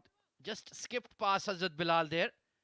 And full credit to Ansh Tandon for responding to his partner, but that was never to. And just gifted his wicket there. It's very important they don't lose momentum now. Oh, look at that brilliant Yorker, and how well was that dug out by Rahul Chopra. My goodness. Brilliant display of cricket all around. Very good bowling there by Hazrat Bilal. Firing it in and bowling those Yorkers to perfection. But equally well played by Rahul Chopra there.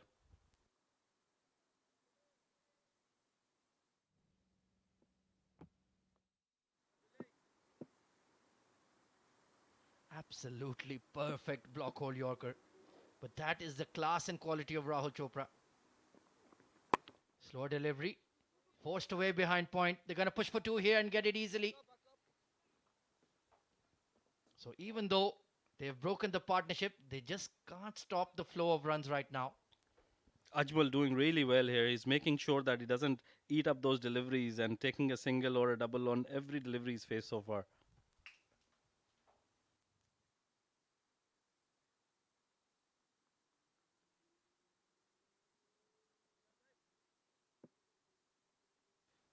Well, it's certainly going to be a big challenge for the Blues in the run chase. They do have the personnel though. Once again, right in the block hole, nowhere Ajmal could go. You have the likes of Ritti Arvind, Fahad Nawaz, Rizwan CP, Alishan Sharfu, of course, former under-19 captain of the UAE. So they certainly have the horses for the race. 167 for 3 with 3 overs to come.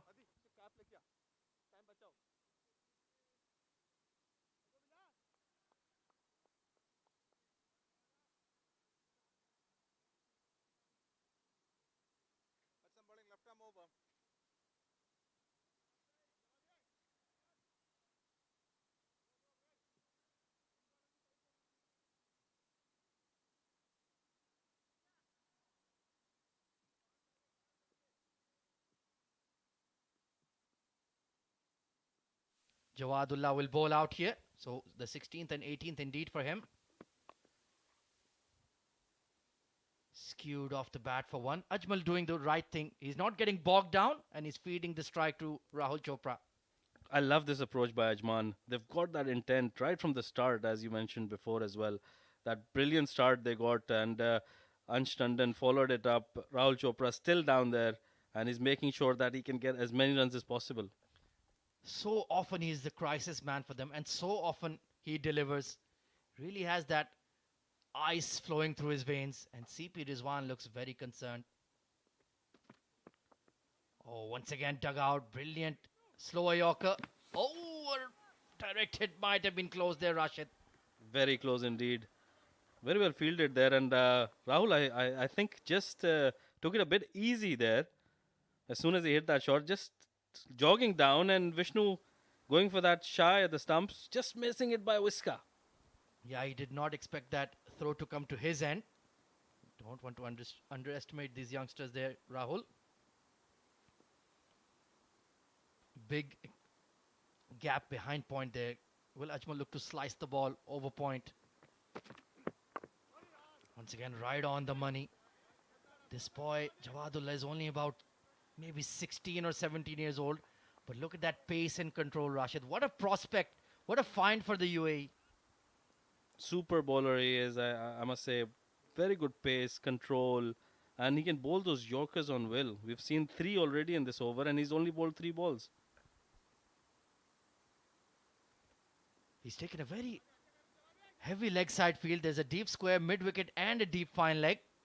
And so far, he's executed full and straight on the sticks. No room offered. Hit hard, but straight to that mid on. He wanted to perhaps loft the ball over him. I think they have to get deep in the crease and try that helicopter flick a la MS Dhoni. Very interesting field placing here. I saw a very interesting field placed by CP yesterday as well in the game against Dubai. But they've got a bit of a different approach to the game today. Not as innovative as he was yesterday, I think. Yeah, certainly some of the bowling decisions were a bit mystifying.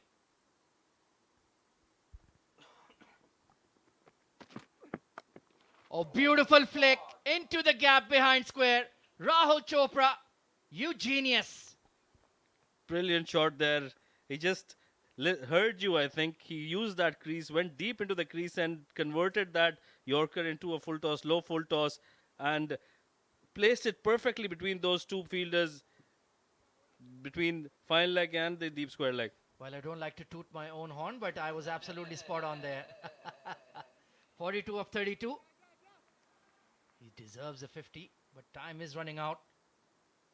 But I'm certainly enjoying that we're going to see a big run chase to conclude match day 3 of the Emirates D20. Jawadullah under pressure. Oh, here he goes with the flick. But just falling short of that deep fine. And he'll keep the strike. 175 for 3.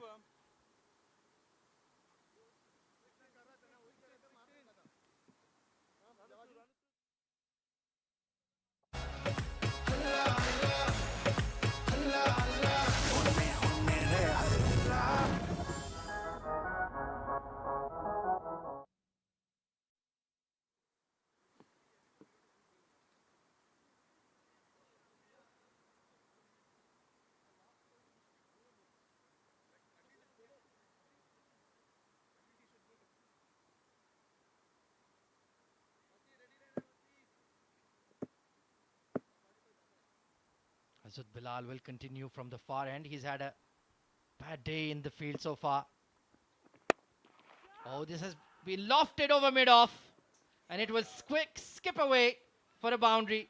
Beautiful calculated hitting here from Rahul Chopra. Super shot there. Just waited for that delivery, and as soon as that was pitched up, he just used it and hit it over that mid-off fielder, timing it perfectly, I think. Fantastic innings here. Just on a length. You cannot bowl length at the death. And once he lofted it over that mid-off fielder, it was always going to be a boundary. So Hazrat Bilal under pressure early in his third over. Big drive through extra cover, finds the gap again. And Farazuddin could never get to it. 50 for Rahul Chopra in just 35 deliveries. A sparkling innings. What an innings this man has played. Man of crisis, as you say, Ahmed. And he's made sure that he doesn't drop that run rate, which was set up, that platform which was set up by Wajid Khan initially. 7 clean, crisp boundaries here from Rahul. What a fabulous knock. And look at that extra cover drive. No chance for CP.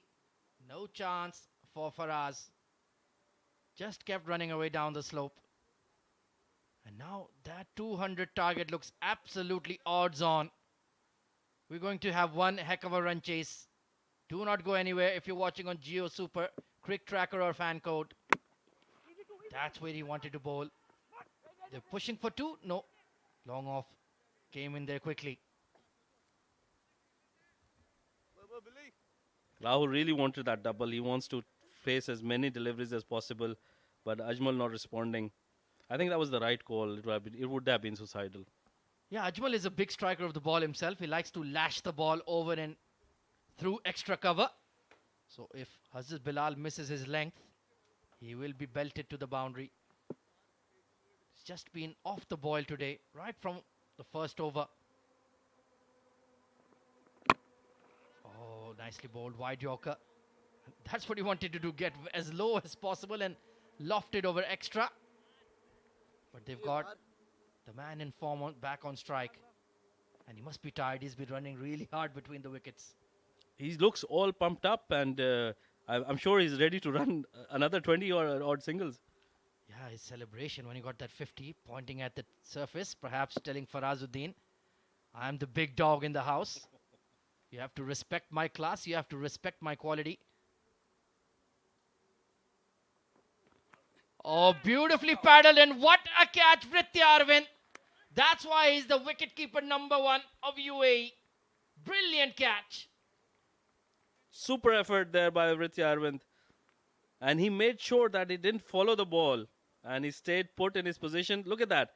And leaped up and took that in the air. What a catch that was. Well, is that Britya Arvind or the Moroccan goalkeeper? What a catch. A stunner. Brilliant. And that was a much needed wicket. Rahul Chopra departs for a fabulous 52 of 37. It's 185 for 4.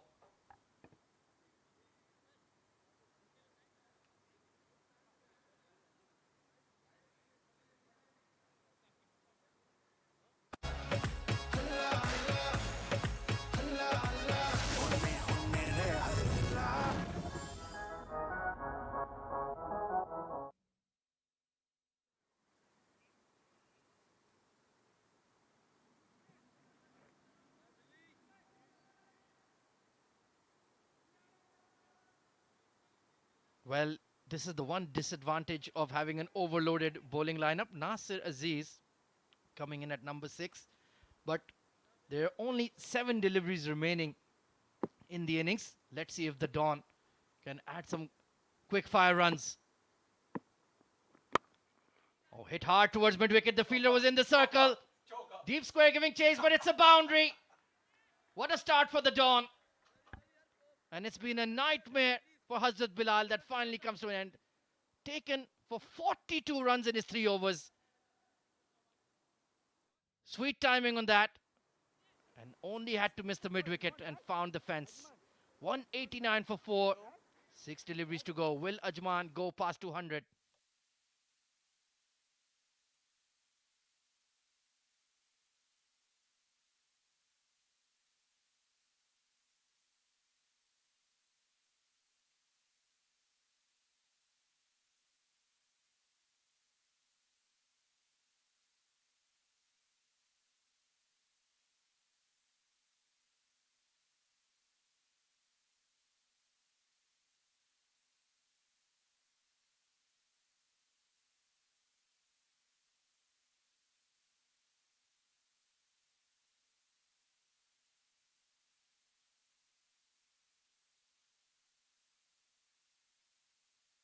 Well, one day you're king of the world, and the next day you're a pauper. None for 22, Matiullah Khan. He's been hammered today, but can he deliver one final good over here? Mohammad Ajmal on strike. Oh, he's gone straight. Long off is interested. And he takes it. Ali Shan Sharfu, safe as a house. And Matiullah strikes in his final over. A very good start to the last over for ECB Blues. A very smooth catch taken there by Alishan, taken very easily. And look at the replay there. The approach was right, the intent was right, but just couldn't get it over. Yeah, just sliced the ball, didn't he? Still got plenty of hang time and distance. And Sagar Kalyan hobbling on one foot, had to get out of the way. 189 for 5.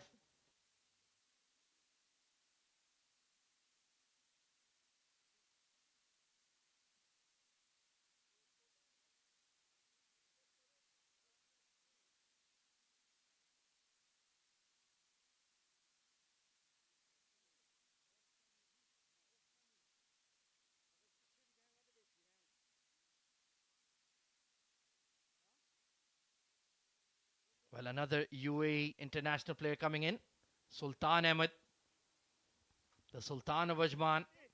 He bowled beautifully in the first game against Abu Dhabi. Not a great average or strike rate, but he is certainly handy with the bat, Rashid.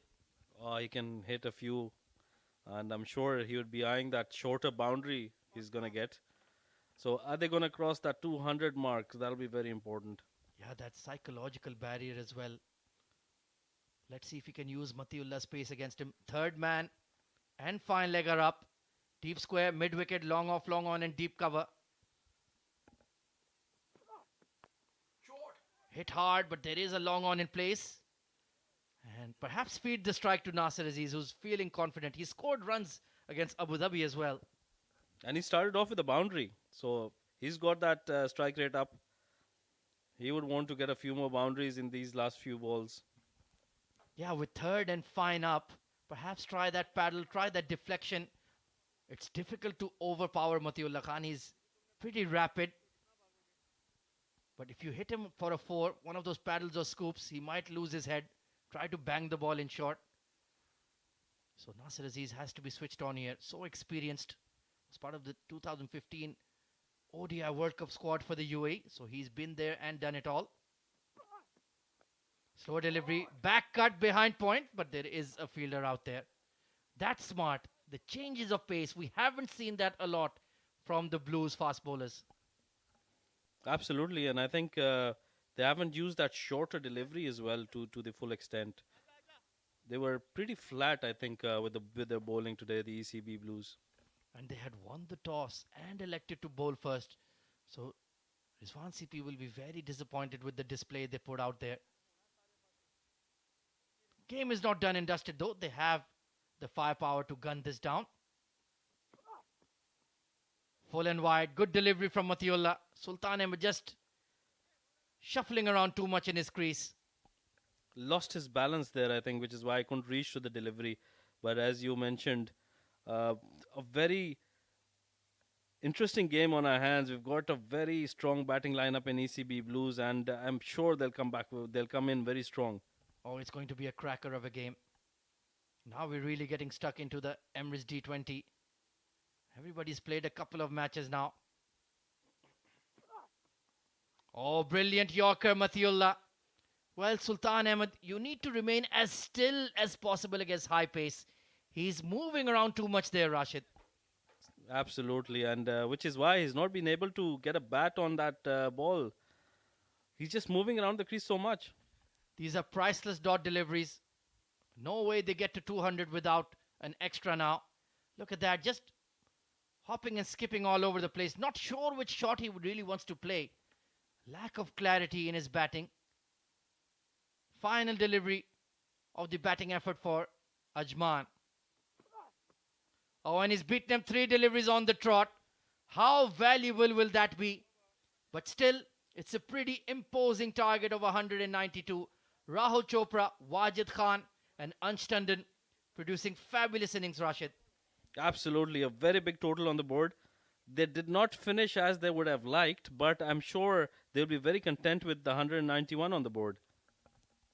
Yeah, Matiullah in the end bowled a pretty decent over. Hazrat Bilal was carted for runs.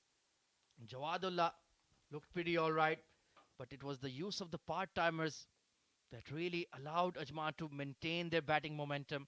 That wonderful partnership between Ansh Tandon and Rahul Chopra has really put Ajman in the driving seat.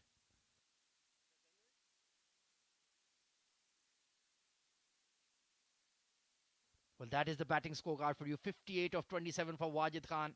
He went right from ball 1 and he kept going and kept going. Sagar Kalyan was looking very dangerous. Unfortunately, had to retire hurt with an ankle injury. 17 of 7 and valuable 50s by Rahul Chopra alongside Wajid Khan. Ansh Tandon played very well for his 36 of 25.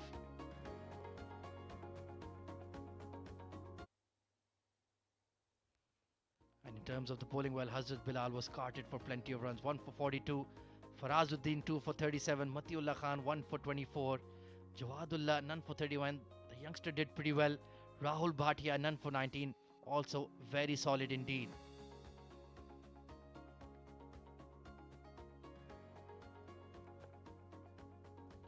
Well, Rashid, let's take a look at the highlights of the first innings, and there were plenty of them. Hazrat Bilal immediately got smashed by Sagar Kalyan for a 6th over long on and then over square leg. That was a towering half a dozen. And Wajid Khan took inspiration from that as he belted Farazuddin clean and long down the track multiple times in the first over. It was a questionable tactic and it backfired big time. Ajman posting 43 runs in the first 2 overs. That was the best of the lot. Look at those big towering 6s. Matiullah then came in for some punishment as well. Wajid Khan hitting some absolute skyscrapers.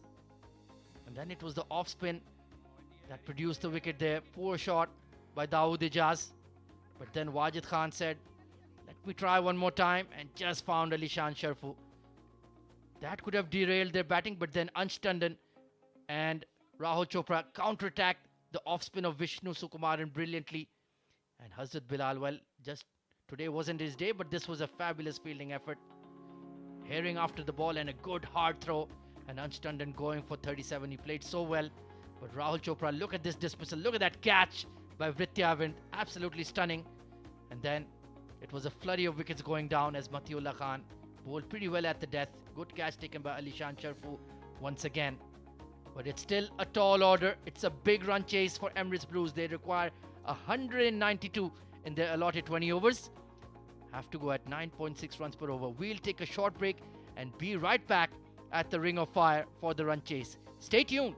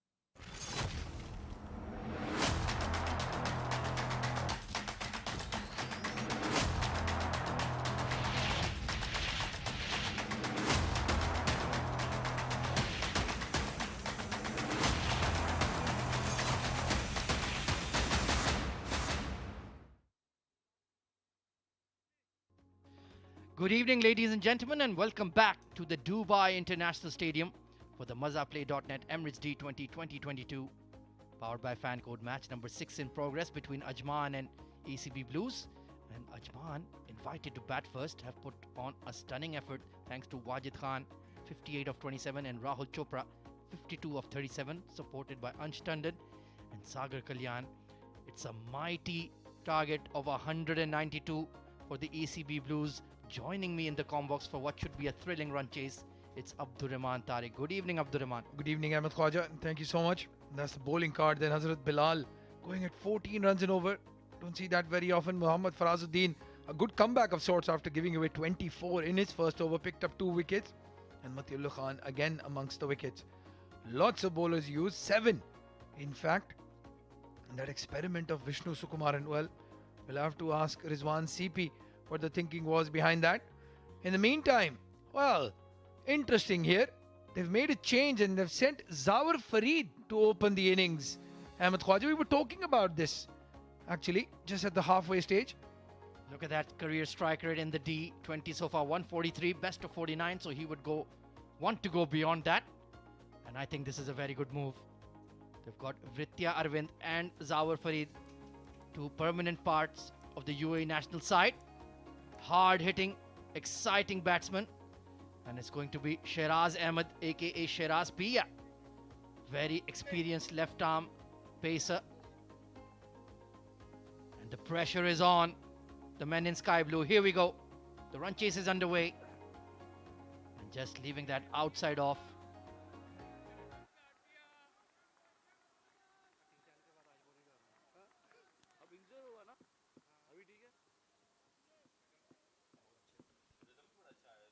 So let's see what Shiraz Pia can produce with the new ball.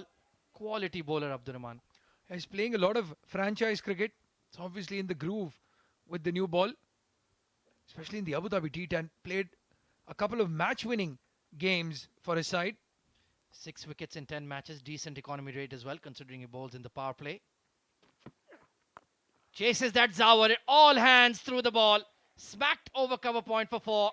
Well, I like this. I like this intent from the Emirates Blues. They're not going to sit back. They're not going to watch the game fly by. Width on offer. Zawar Farid, tall man. And he hits it cleanly for the first boundary of this run chase. Yeah, he doesn't quite have the pace to bowl that length. Relies more on his changes of pace and swing into the right-hander. So he needs to correct that line ASAP. There is a squarish deep third and a deep square orthodox fast bowler's field. Big shot down the ground. Zawar Farid, stand and deliver for 6. Oh, such clean hitting from Zawar Farid. What a move this to send him to open the batting. That's a number 6 or 7 for the UAE. But he is an opener by trade. And you can see why. I tell you what, Nasir Aziz might have used Shiraz Pia for the first over, but with Zawar Farid on strike, would have been a better option to go with Sultan Ahmed. Absolutely spot on. Could not agree more. So Shiraz Pia immediately on the back foot early. And they're dictating terms. Well, if I have Zawar Farid in my side, he will open for me every single time. Now the mid-off has been pushed back. And they're bringing the deep third into the ring. So the plan is to bowl a lot fuller. But outside off, you've got protection in the inner ring and down the ground. He's still bowling over the wicket though. And he's trying to paddle this over that short third. Right idea, wrong execution. Oh yeah, but again, if you're Zawar Farid and you can cut the ball as hard as he did in the previous delivery, yes, that is exactly what he should have tried. That ramp over short third man. And what I love about Zawar's batting is he will never die wondering. Crystal clear approach. I want to be aggressive. I want to counter-attack. I want to smash the ball hard. And if it's my day, I will take the game away from you in a matter of minutes. Much like Wajid Khan. So Shiraz Pia has to be right on the money here. Good delivery. That's where he should have started the over. Full and straight. You have to back yourself to swing the ball through the gate. And immediately though, is he tying his laces or is he taking a bit of an... Oh, he's all right, thankfully. Oh, yeah, Already seen too many injuries today. Yeah, he came in to bowl with the sweater. just gentle looseners. Then all of a sudden 10 of 2 deliveries, and he's like, no, need to be on top of my game. Very quality bowler, experienced, clever, and so is this man, Nasir Aziz. One of the best captains in the UAE in the domestic scene. He's been leading the Ajman side for years and years and years, probably even decades. I'm not sure. So mid-off comes up once again, and they've pushed the deep mid-wicket back. Very interesting. So the plan has to be perhaps a change of pace towards the leg side, but don't get it too full. Fine leg is up. Oh, beautifully bowled. Look at that. Slow bouncer, and given as one for the over. 10 for none.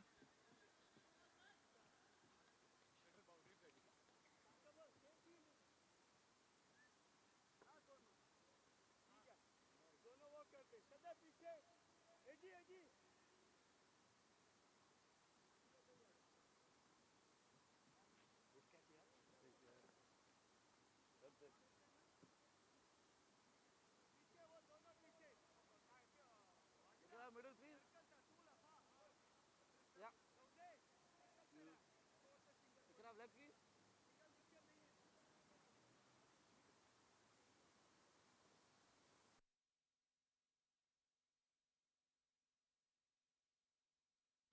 Vritya Arvind.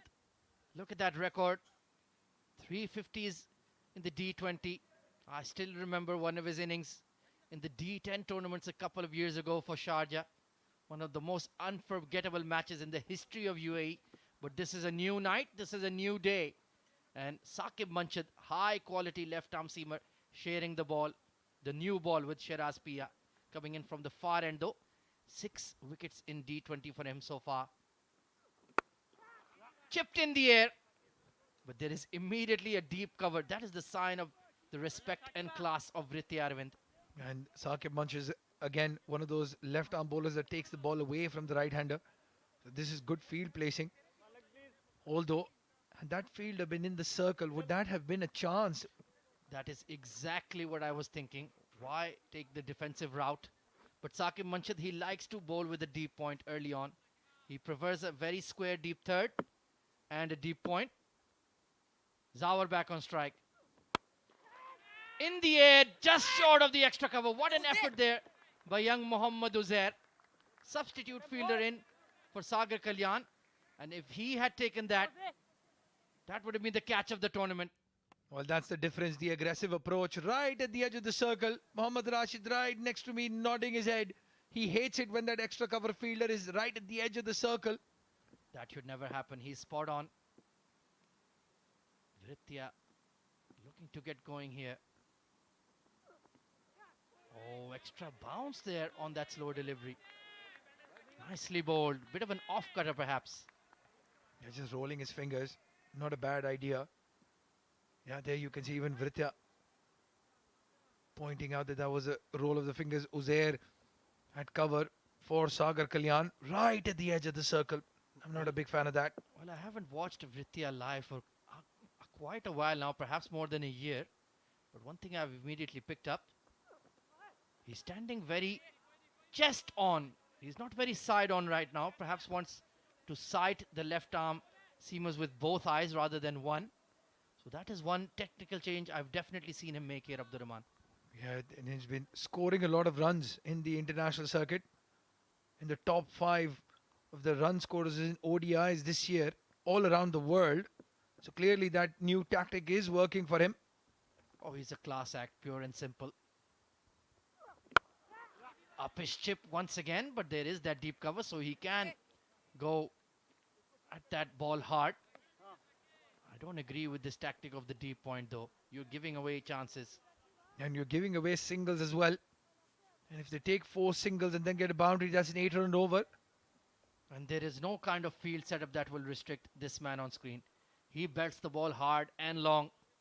So you need to get him out. Once again, that deep cover is right on the edge of the 30-yard ring. Trying to squeeze that away behind point. Been a steady over from Saqib so far. Yeah, well, if the plan is to keep it outside off stump, I don't understand why they have that square leg or short mid wicket fielder bring him on the offside, let them play across the line. If he can go across his stumps and ramp him, well, that would be an amazing shot nonetheless, regardless of that fielder. Put some pressure.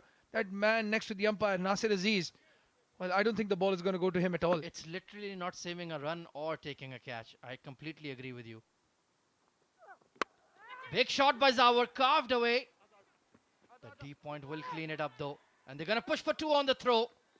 Good running. Good running here between Vritya and Zawar. 16 for none.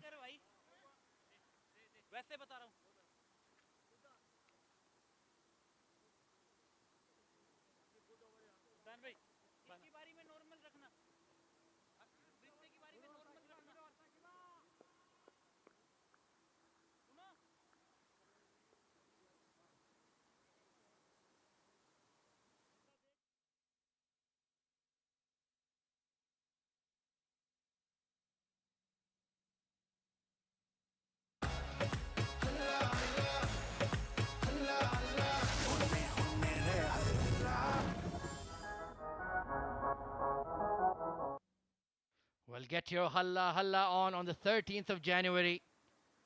Opening night of the ILT20 featuring Badshah and Jason Derulo. And perhaps Mohammad Rashid as well as a guest appearance somewhere on the stage. Maybe he'll be doing some break dance. Meanwhile, Shiraz Pia continues. Third man and fine leg are up. Deep square and deep point. Oh, and that's a hit me delivery, but oh, just beats the deep square leg. I thought that would go straight down his gullet for a moment there. Again, didn't get a lot of timing on that Vritya Arvind, but he still gets a boundary, a crucial boundary. He needs those runs, Vritya. Yeah, didn't get his in-swinger right. He's so good with that. But I don't mind him trying to bowl that kind of ball rather than short and wide outside off. Go for your strength, back your strength. Take a deep mid-wicket and deep square leg if you need. But I want to see him bowl that in-swinger into the right-hander's pads. Catching mid-wicket in, few yards in from the inner ring. Oh, look at that, right on the money. And absolutely dropped it dead at his feet there, Vritya. Yeah, much better. Got his line and length perfect at that time, Shiraz. Just running his hands over the ball. It's still nipped in. Natural variation of this grassy deck. And so far it's been a solid start for Emirates Blues, chasing a mighty target of 192. So that required run rate would balloon quickly if you don't get a big, hefty power play. I think they'll need about 45-50 runs at the very least. Good battle going on here between Shiraz and the Blues openers. Pushed into the covers for 1. Well, just 21 on the board. And Ajman were 43 for no loss in the end of over number 2.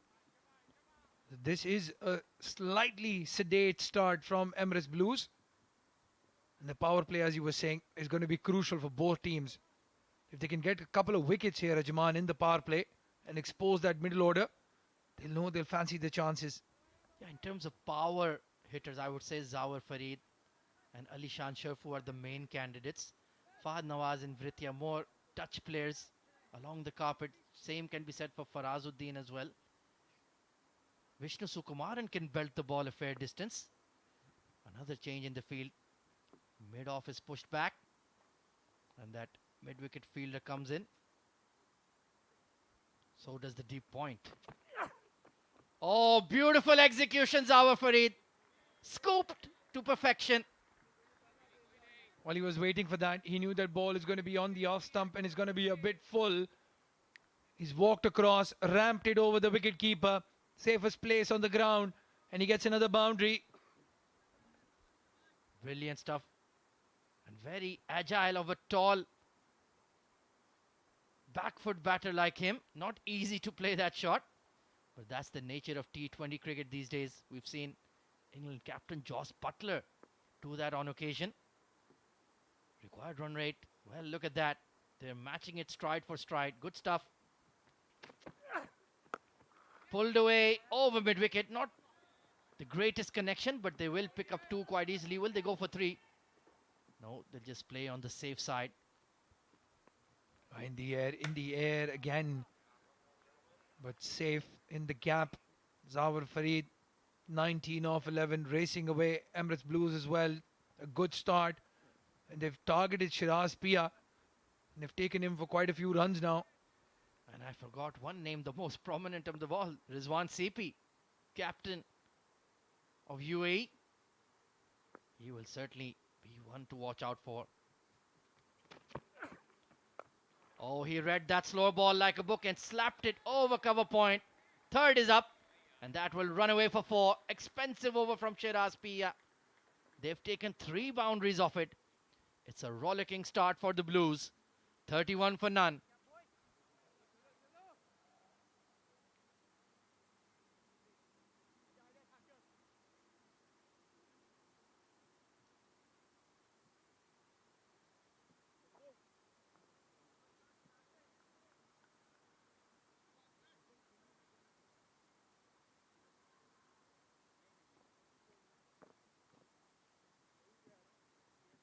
Well, these are our broadcast and streaming partners of the MazaPlay.net Emirates D20 2022 powered by FanCode. You can watch it on FanCode in India, Geo Super in Pakistan, and for the rest of the world, you can watch it on the CricTracker YouTube channel and Facebook page. It's an ITW Prodigy and TPT 360 production for the Emirates Cricket Board. Saqib Manshid continues his tussle with Vritti Arvind, and so wonderful to see this high caliber tournament supervised by the Emirates Cricket Board and broadcast all over the world, Abdur Rahman. Absolutely. Especially Geo Super in Pakistan. Broadcast live to a lot of TV sets. I've had the pleasure of watching this game from my hotel room in Pakistan as well. Enjoyed that Emirates D10. Yeah, and of course a lot of players based in Pakistan plying their trade in the UAE now. Beautiful cut shot there from Vritia. Lovely hands to the ball. So they certainly have a lot of relatives, well-wishers, family watching them live. And of course, we have our massive audience for UAE domestic cricket in India as well. A lot of people watch all of our matches live on FanCode. And it's lovely to see the domestic game in the UAE getting that kind of coverage, that kind of limelight. The Middle East is certainly one of the center points of the cricketing universe these days. Oh, trying to force it off the back foot there. Just swung away from him. Saqib Manshid was interested. Very lucky that's not crashed into the stumps as well. Inner half of the bat. Zawar Farid a bit early on the shot. Yeah, it's not easy to play that shot against Saqib Manshid. Genuine swing bowler. And he wants you to play that shot uppishly, because if you play it aerial, he's in business. Has a very square deep third and a catching backward point. Well, what does Nasir Aziz do here now? Does he bring in Sultan Ahmed in the next over? Does he continue with Shiraz? Or does he bring in Mohammad Ajmal? Got a lot of options with the ball. Most certainly does.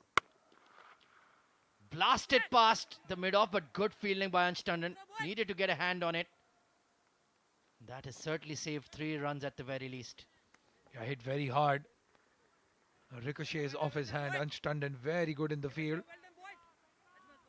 And we have recently hosted a couple of IPLs, a couple of Asia Cups, and of course the 2021 World T20. So certainly the Dubai International has seen a lot of high-class fixtures, high-quality cricket, and this is right up there.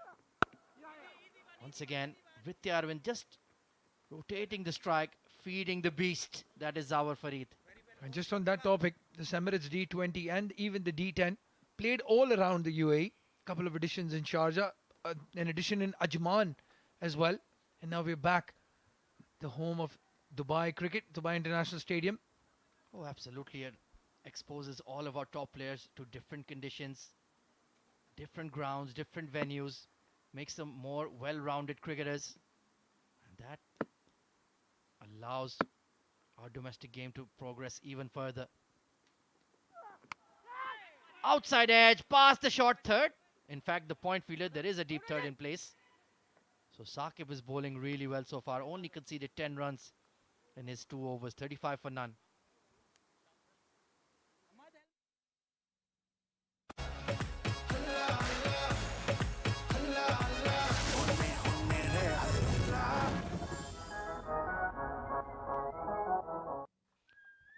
that will be the icing of the cake. The ILT20 beginning on the 13th of January. 6 franchises, the biggest names in cricket, descending to the UAE to produce our very own franchise league. What exciting times for cricket here in the United Arab Emirates. I expect these stadiums to be full, that's for sure. Even in the IPL, there was a lot of crowd, and some of the franchise owners are IPL team owners as well. Oh, absolutely. The Abu Dhabi Knight Riders, MI Emirates, Gulf Giants, Sharjah Warriors, Desert Vipers, and of course the Dubai Capitals. So make your loyalties clear. Meanwhile, Sultan Ahmed, 22 wickets in 19 matches, one of the finest bowlers in the history of D20. Look at that economy rate, absolutely brilliant. And can he break this opening stand that is looking threatening right now, Abdurrahman? At 35 already for these two. Just the 9 runs for Vritya Arvind, but he's playing the role of the anchor. Yeah, we know he can immediately flip a switch. Oh, crash through extra cover. Beautiful shot, Zawar Farid. That has set the outfield on fire. Yeah, he's enjoying himself from the far end, Zawar Farid. First ball, statement shot that going down the track to Sultan. And all three are UAE teammates, Sultan, Vritya and Zawar Farid. And well, that shot will not impress Sultan Ahmed at all. Beautiful. 29 of 16. Oh, almost yorked him there. That's his stock ball. Firing that ball in towards middle and leg. Yeah, you have to treat him like a medium pacer with the new ball. Trying to swing that ball in. Always aiming for the base of the stump. Oh, defeated him in the length there, but still in the gap. Nasser Aziz giving chase. And he will just about rein it in. They will pick up 3. Well, that will frustrate Sultan because he had trapped him and he still found the gap. Oh, what timing. What timing from Zawar Farid. That ball was racing away. Slightly heavier the outfield here in the Dubai International Stadium. Any other ground that would have hit the fence. Yeah, it is very lush currently. Needs a trim. Just like your beard, Abdurrahman. Looking very salt and pepperish these days. And not in a good way. It's an old age, man. It's my old age. Oh, Vritya goes aerial. Over extra cover. And how has that gone for 6? Incredible shot. Well, that's a Vritya Arvind special, isn't it? Just timing on that shot over extra cover for a maximum. Finally, the shackles have come off for Vritya. On the up, through the line. That is such a difficult stroke. And he made it look like child's play. Remarkable 6. And he does it again. Oh, yes, he does it again. Back-to-back 6s. Well, when you're playing PlayStation on village mode, you can hit those shots. Vritya Arvind is playing in an international cricket stadium against an international bowler. He's got inside out twice over cover for a maximum. That is pure genius from Vritya Arvind. Look at that bat swing. Look at that balance. Absolutely glorious. Wow. Oh, outside edge, just dropping in front of short third. 19 runs off the over, 54 for none.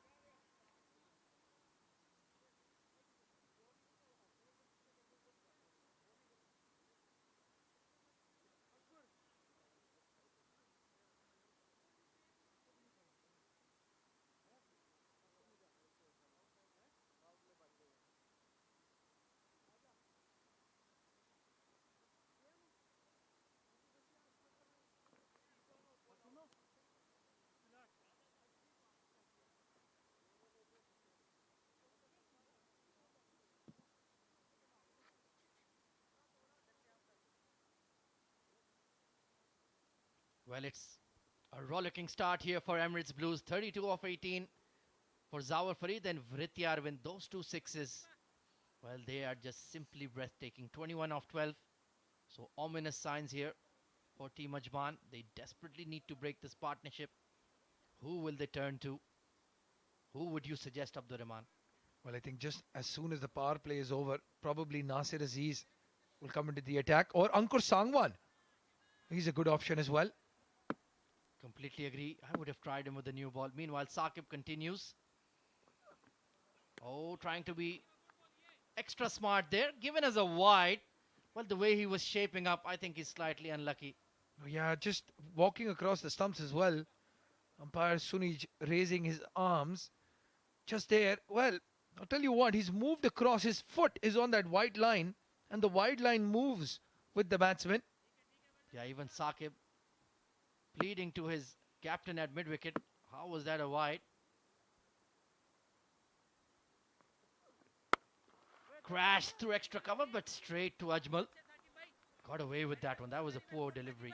Yeah, it was, but again, it's just sometimes when it's your day as Saqib Manshed, even the poor deliveries find the fielders. He's only given away 11 runs in 2.1 overs.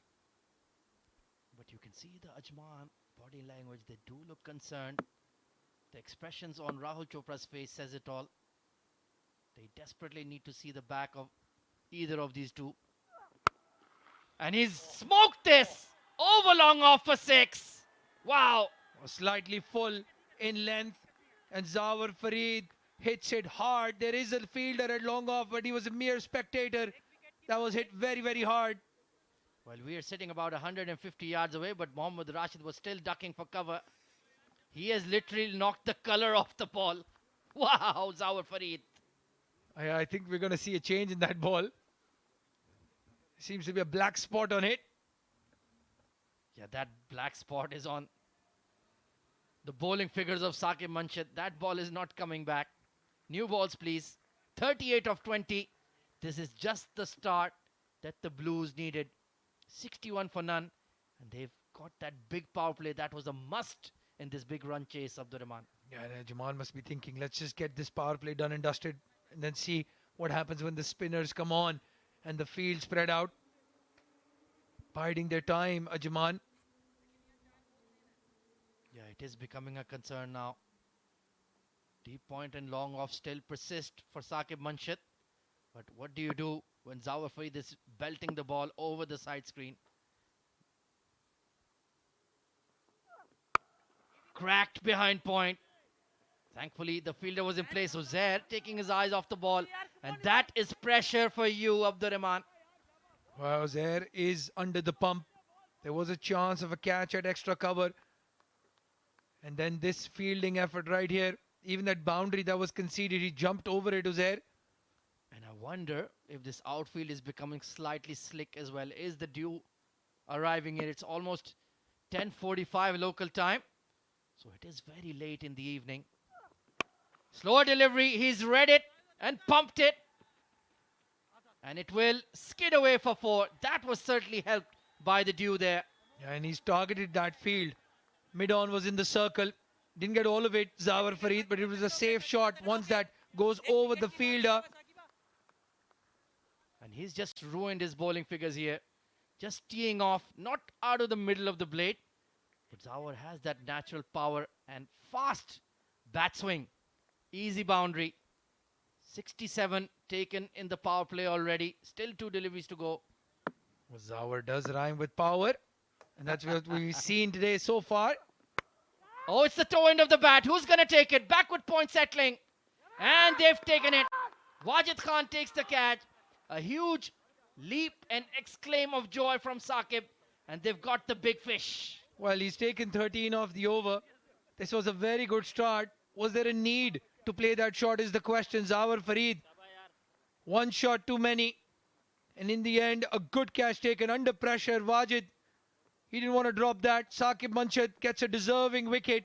And the opening partnership is finally broken. A fabulous knock comes to an end. Zawar gone for 44 of 23. 2 massive sixes in that one. But Saqib Manshed has done the business. 67 for 1.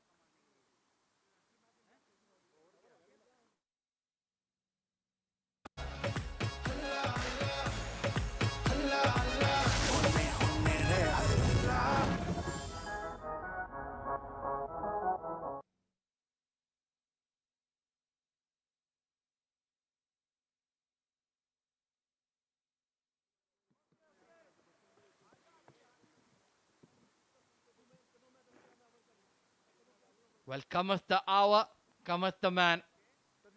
Captain of Emirates, captain of Emirates Blues, captain of the UAE, Rizwan CP, coming in at one drop. Just the man you want in this kind of situation, Abdurrahman.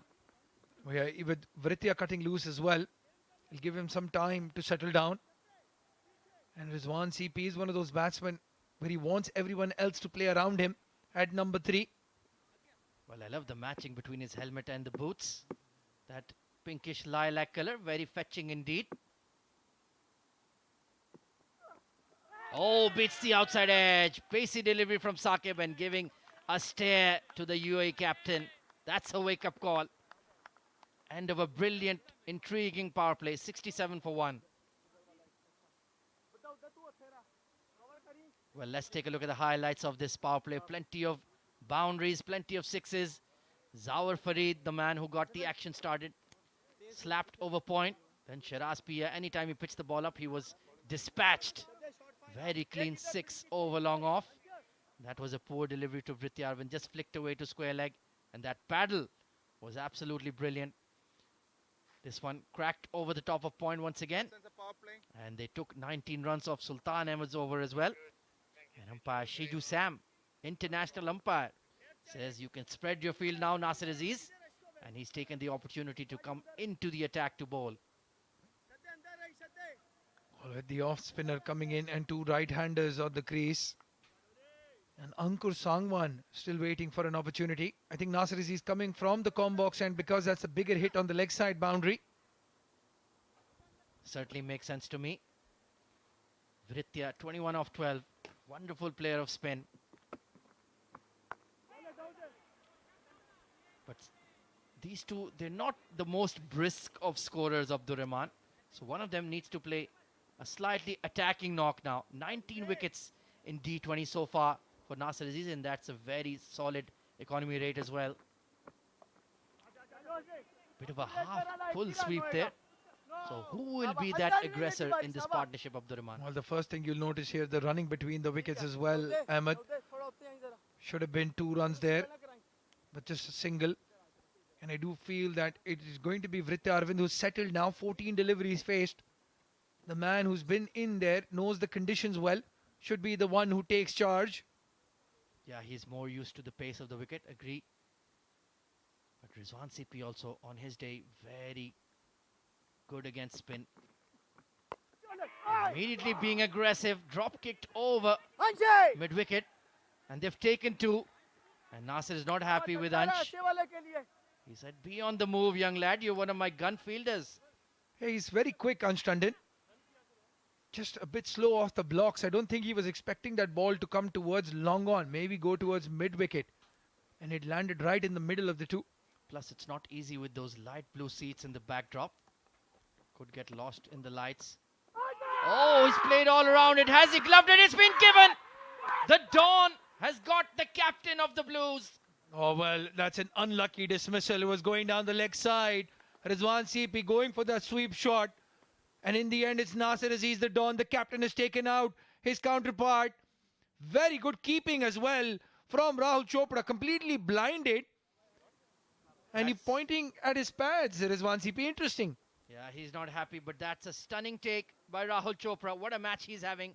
70 for 2. Big wicket down for ECB Blues.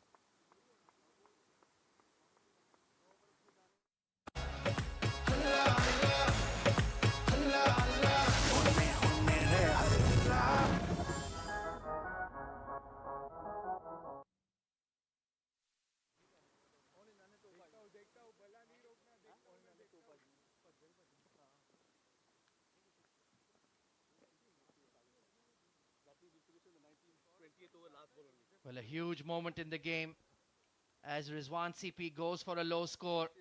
Fantastic catch by Rahul Chopra behind the sticks. But I wonder, was it given as leg before or catch? Because that looked very close. Meanwhile, Alishan Sharafu, outstanding young batter. Look at that average and look at that strike rate. Absolutely brilliant. A best of 97 to his name. And he will need to play a knock under some serious pressure. Well, Rizwan CP was pointing towards his pads. And if that is the case, maybe That was an LBW. Down the leg side once again. He is getting some purchase. Let's take a look here. Abdurrahman.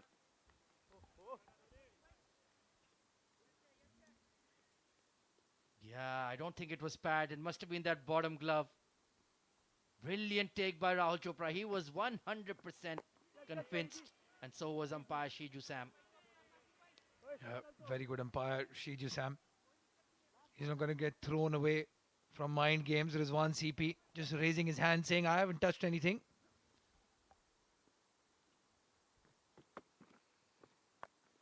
Beautiful back cut by Alishan to get off the mark. 72 for 2 then at the end of 7. This match fascinatingly poised.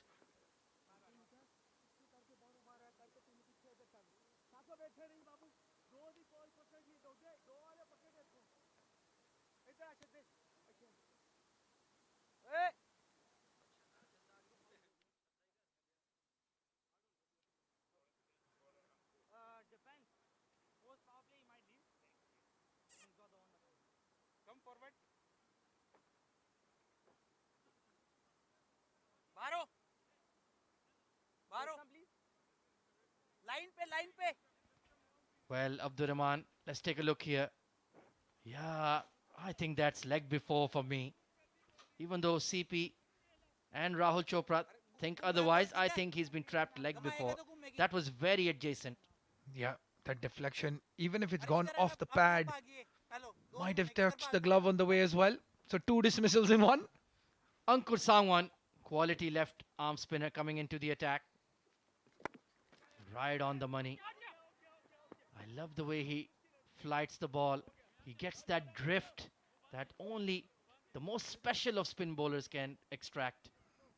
Yeah, he's very tall, has a big jump as well. And one of those rare breed of left arm spinners that turns the ball and then brings the ball in at pace. Doesn't have a very big change in the action as well. Yeah, it allows him to really put his back into the action, gets that torque. Nicely cut away. Beats the point fielder. Should have done better there. And the cover sweeper will have to clean up. These are the 1%ers that Ajman need to keep in front of them and in favor of them. It's Wajid at point. He's one of the best in the circle. I think he just pointed to his captain that the ball turned away after hitting the grass.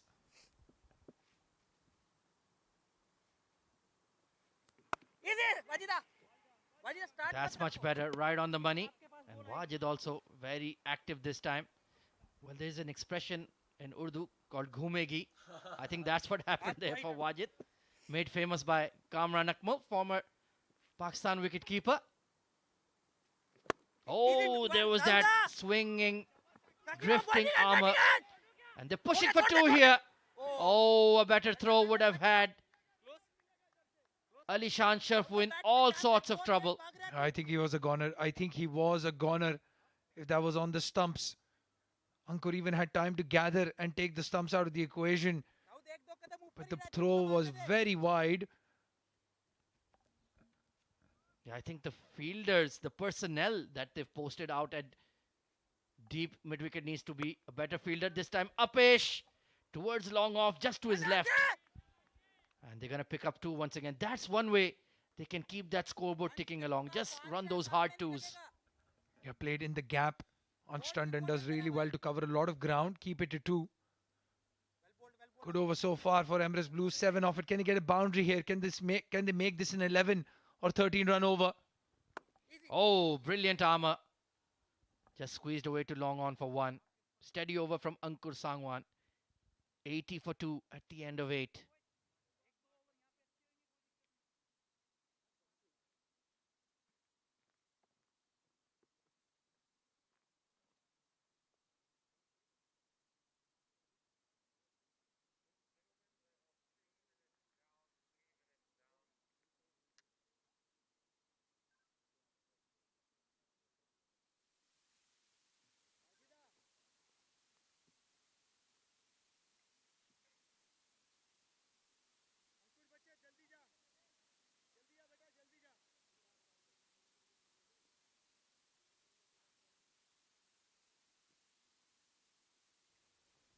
Nasir Aziz continues. And that's all he's going to do. Look to keep it tight.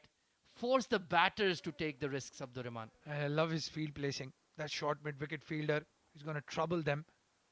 Can't play square of the wicket. Has to play as straight as possible. Yeah, it will be a difficult boundary to hit on the leg side. There is a deep fine leg and deepish mid-wicket. And of course that catching extra cover as well. So any mistimed shot on the up and Nasir Aziz will be in business. Required run rate, well, now it's hovering around 10 RPO and more. And I think Ali Shan Sharfu, he's biding his time, but you can just feel that big shot is coming soon. Yeah, he's going to chance his arm against the spinners. We've seen Ali Shan Sharfu do this very regularly. Charge down the track, go straight down the ground against the slower bowlers. Vritya meanwhile 30 off 20.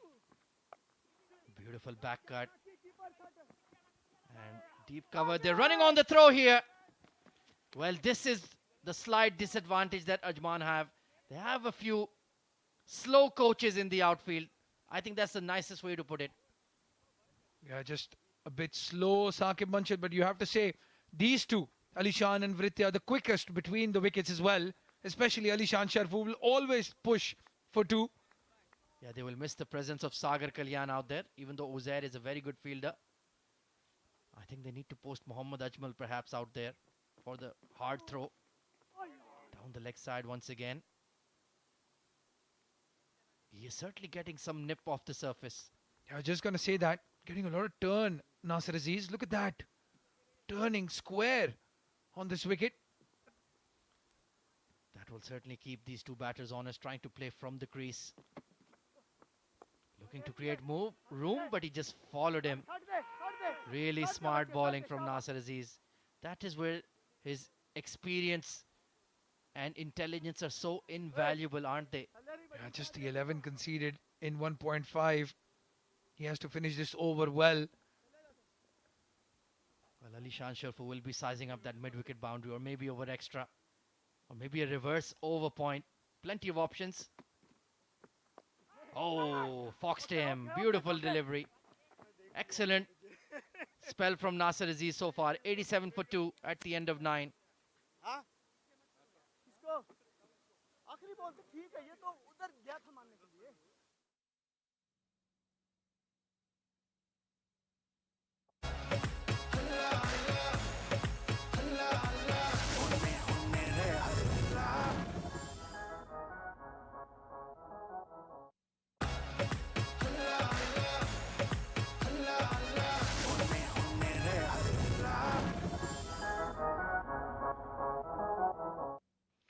Well, get your Halla Halla on from the 13th of January, opening night of the ILT20.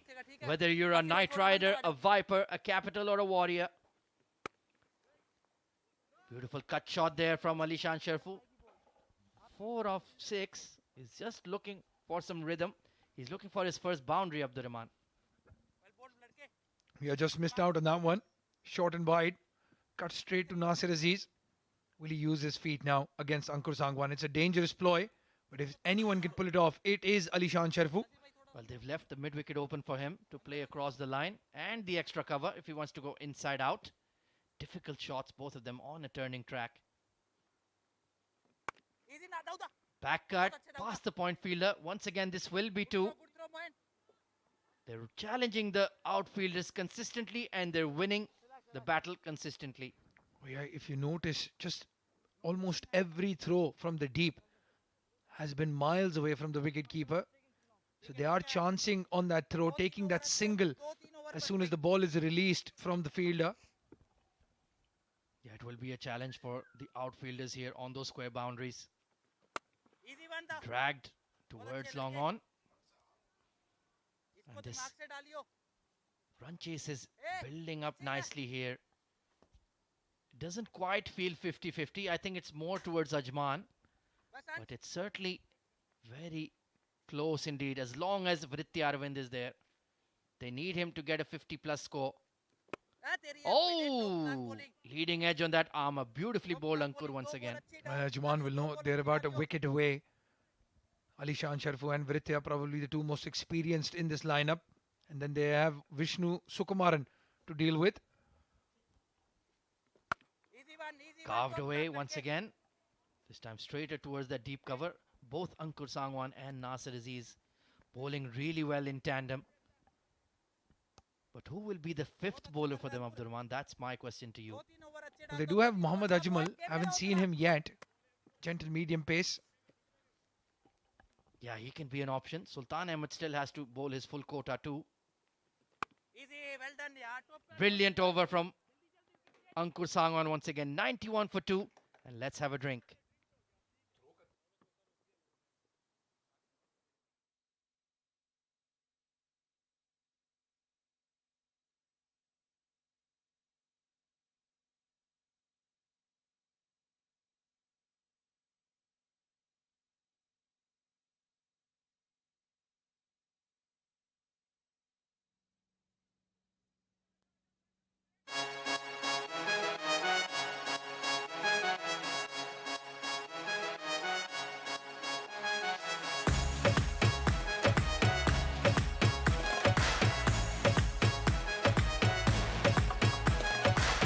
एक rush है नस नस में लगे कुछ नहीं अब बस में उठने वाला है एक तूफान जूतों की फीते लगे कसने बूम जब चलेगा बल्ला मचेगा हल्ला मचेगा शोर भाई कैच पकड़ना मैच छलक जाए हाथ से बॉय बाजी मार जा चाहे शारजा चाहे दुबई मैदान में और जान लगा और कर दे दबाई get up and keep on moving get up and hit that shot get up don't stop the music होने रे हल्ला हल्ला हल्ला हल्ला हल्ला हल्ला होने रे हल्ला हल्ला हल्ला हल्ला हल्ला हल्ला हल्ला होने रे बॉल करा ऐसी देखे पूरा आबू धाबी जब फेस करे रन चेस करे तो करे खराबी हड़कान किसी ना चेहरे पे ना फिक्र जरा भी हमार गिरती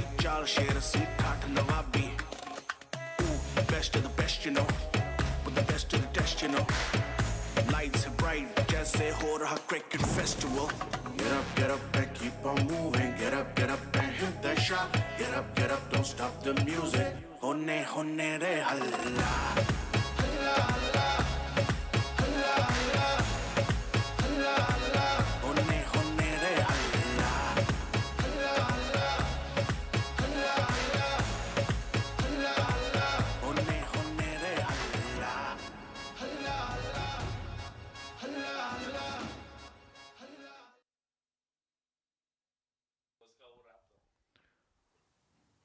Well, 91 for the loss of 2 wickets. Emirates Blues at the halfway mark. And to take you to the end of the innings is going to be Shoaib Ahmed and Mohammad Rashid. Thank you, Abdul Rahman and Ahmed Khwaja.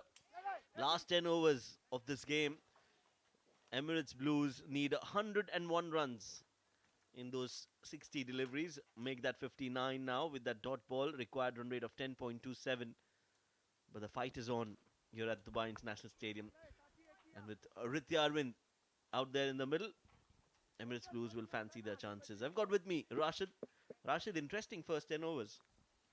Thank you, Shoaib. Yes, very interesting, and they're right on the money. I think they're catching up to that run rate required, keeping up to it.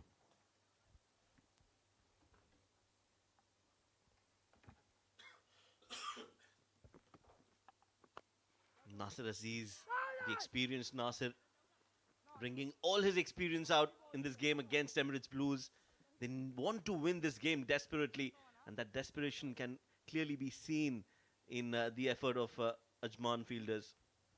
Working really hard in this game, I can see the way they started, their batting effort, very good intent. And in their bowling as well, I think they're bowling very well. And we can see both the spinners getting a bit of swing as well with that break. Yes, there is some movement in the air, and we know Nasir, he's got that seam up delivery where he just releases the ball with a straight wrist, and that's where the movement comes in. Interesting contest this now. Experience versus talent. Alishan Sharfu versus Nasir. Gets that Yorker in right on the money. And that is why he is so dangerous. Very consistent. Bowling brilliantly there. I think Alishan Sharfu looks a bit off color here. Not as usual, not as his usual best. I think he plays a lot more fluently, but struggling a bit here. I think and Nasir bowling really well. Yeah, I think the credit has to go to Nasir the way he's bowled. Alishan hasn't got any chance to attack. Again, wanted to go big at the last moment, just checking his shot. Will get a single though. Right at the end of 11 overs, Emirates Blues at 95 for the loss of 2 wickets.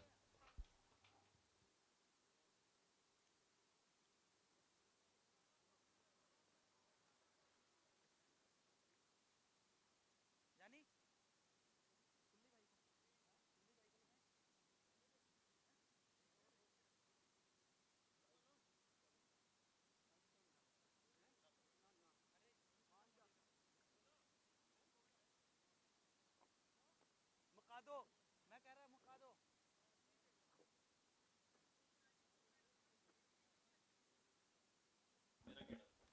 95 for 2, 97 needed now. Halfway in that run chase is Emirates Blues. Two youngsters out there in the middle for them as Ankur Sangwan comes into bowl. High jump, slower in the air, up in the air as well. And this time he's got some bat onto it. Effort from the fielder at mid-wicket, but not enough. It's going to be half a dozen for Alishan. Super shot there by Alishan Sharfu. Just went on that knee and slightly pitched up, I think, and he's fetched that from outside off stump and good connection there. Went all the way. Very good try there by Saqib, but just over him, I think. The shorter part of the boundary. That's why that shot comes in. Dragging it from outside off, playing and targeting that shorter boundary on the onside. And that will be the plan, I feel, from Alishan.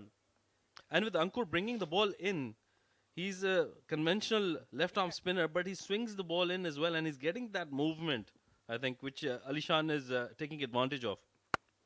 Yeah, now you can see with intent, Ankur on purpose is bowling it outside off, making them cut the ball. And they'll be more than happy to give away those singles on the offside. A double here and there will also not be a problem for Ajman. I think the ECB Blues are targeting that start of the over, and they're just making sure that they get those boundaries in the first 3 deliveries and keep rotating the strike afterwards. Yes, both these bowlers, Nasir Azir and Ankur Sangwan, are not giving anything away. So it's not as if they're giving any loose deliveries. And for Alishan and Arvind to hit those boundaries, they will have to manufacture shots. A very interesting point here that was put up by Abdurrahman and Ahmed Khwaja. Who's going to be that 5th bowler? Ajman hasn't used that 5th bowler as yet. So it'll be interesting to see who bowls that 5th, who takes that role of the 5th bowler. Yeah, 5th bowler, and also he has to bowl 4 overs. So we'll have to wait and watch. But Ajmal, like you mentioned, is definitely an option. But no option here for Ankur Sangwan, but to be hit for a 6. A juicy full toss for Alishan. And he says, thank you very much. I'm going to go towards the shorter part of the boundary and get 6 runs. Alishan would not miss on those juicy full tosses. As soon as he saw that full toss, his eyes just lit up, and I think that movement in the crease just upset Ankur a bit, and he's bowled that at a good full toss height for Alishan, who's taken full advantage of that. Yes, I think he missed his Yorker. He was trying to go full, go deep, completely missed it, and has paid the price. 6 runs. They've got the runs that they needed in this over. So it's a good over for Emirates Blues. Don't need to take a lot of risks now. They can wait for the 5th bowler and then target him. I think we'll see that 5th bowler very soon, probably in the next over itself. But they're on track right now. They're achieving that required run rate. On track for that chase, and it's been a very thriller of a game. Very interesting. So the first game that we saw today was a low-scoring thriller, and now we've seen a run feast in this second game. That's how the pitch changes, I feel, drastically compared to that first and the second game, and that's why you need to plan your innings and your game and your strategies. Oh, this time he goes straight down the ground. Has he middled it well? Yes, he has. Alishan Sharfu is taking on Ankur Sangwan. And back-to-back sixes is the result. That was just in his arc, and he's just hit it out of the park. 57 sixes in the tournament so far. As we see there, slightly pitched up, and he's taken full advantage of that. Hit it over that long on region. With that, it's the end of over number 12, 116 for 2 Emirates Blues.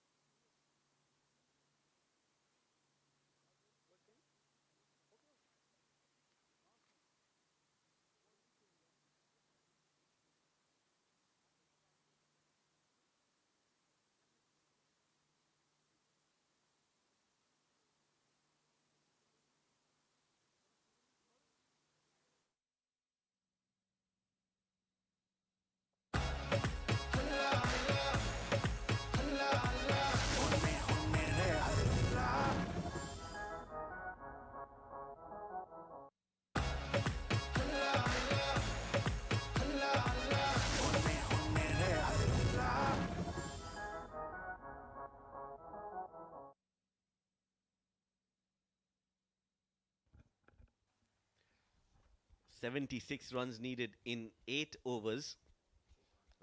Definitely possible, but that's still a lot of runs. So Ajman should believe in themselves, and as you were discussing, bowl with an open heart, with a big heart, and not get worried or hassled by a few big hits, because they are going to go and attack, but they need to be calm while bowling in the second innings. Sultan, the experience of Sultan has been brought in. Again, no fifth bowler yet, Rashid. A bit defensive, I would say, there. So, like you said, they're not listening to you. And being a bit defensive, Sultan, although has gone for 19 odd runs in his first over, the captain has still gone for him.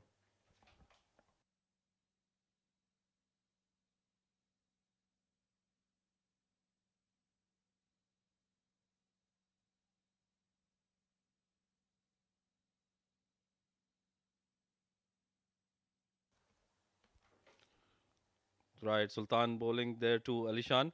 Running hard that first one. They wanted to take the second one, but just settled for one there.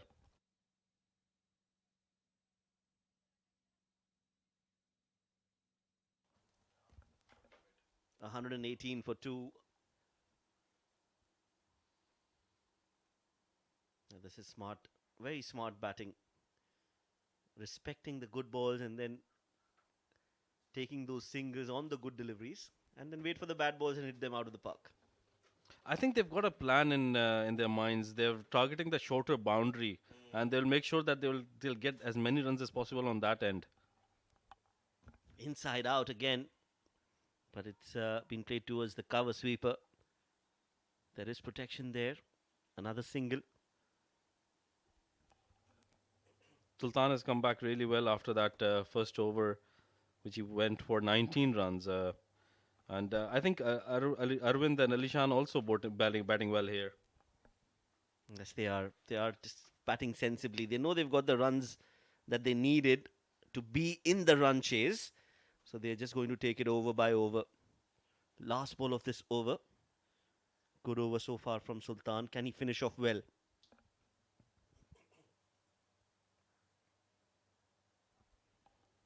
They just pick up a single and end the over with 121 for the loss of 2 wickets.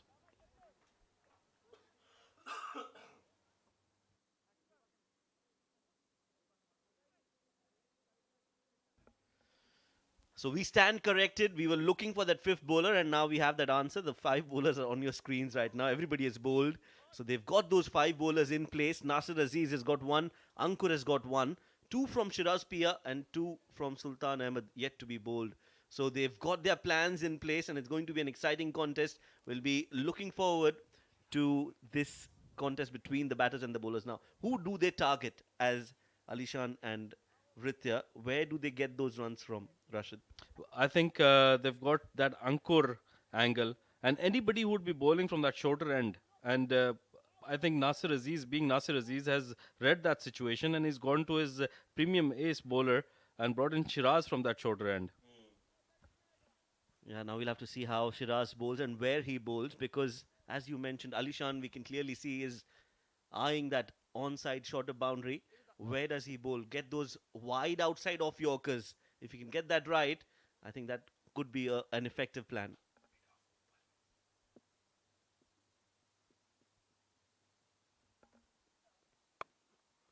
Gets an edge. There is protection there. Will only be a single. So we've seen a quite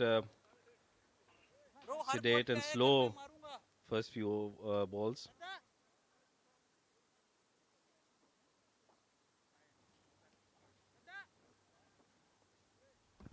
So you can see the mid-off fielder is inside the circle.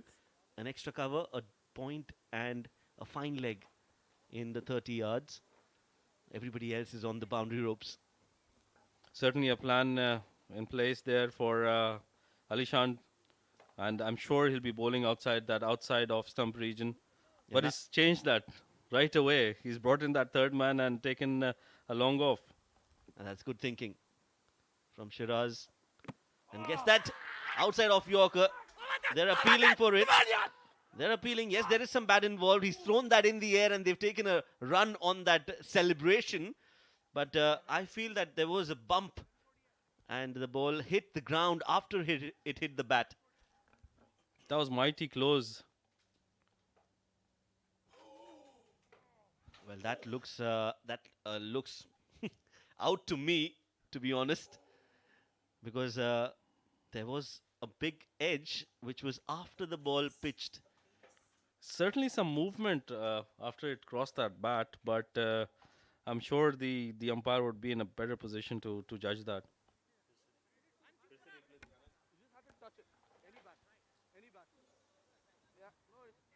I think Alishan is lucky. Let's look at that. It pitched and then it took the edge of the bat. So Rahul, you can see he's disappointed with that decision. And Alishan is still, I think, very lucky to be out there. True 41 that. is what Ritya Arvind has scored so far. Short ball, slower as well from Shiraz.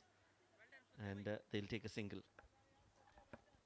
Ajman has really come back very well after that Sultan Ahmed over. I think we just went for 5 or 6 odd runs. Shiraz Pia bowling really well, using all his variations and bowling according to his field. So we see they have a plan in place for each of the batsmen.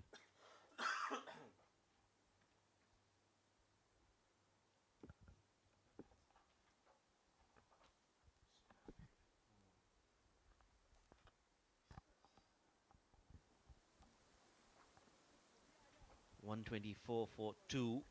And there's a change in the field. The long on, long off both go outside the 30-yard circle. A square leg comes in. And he bowls outside off again. Fuller from Shiraz Pia. Haven't seen Shiraz Pia for a long time in the domestic circuit. Yeah, he was very busy with his franchise cricket, I think, and I think he was carrying a slight niggle. That's why he didn't play the first game.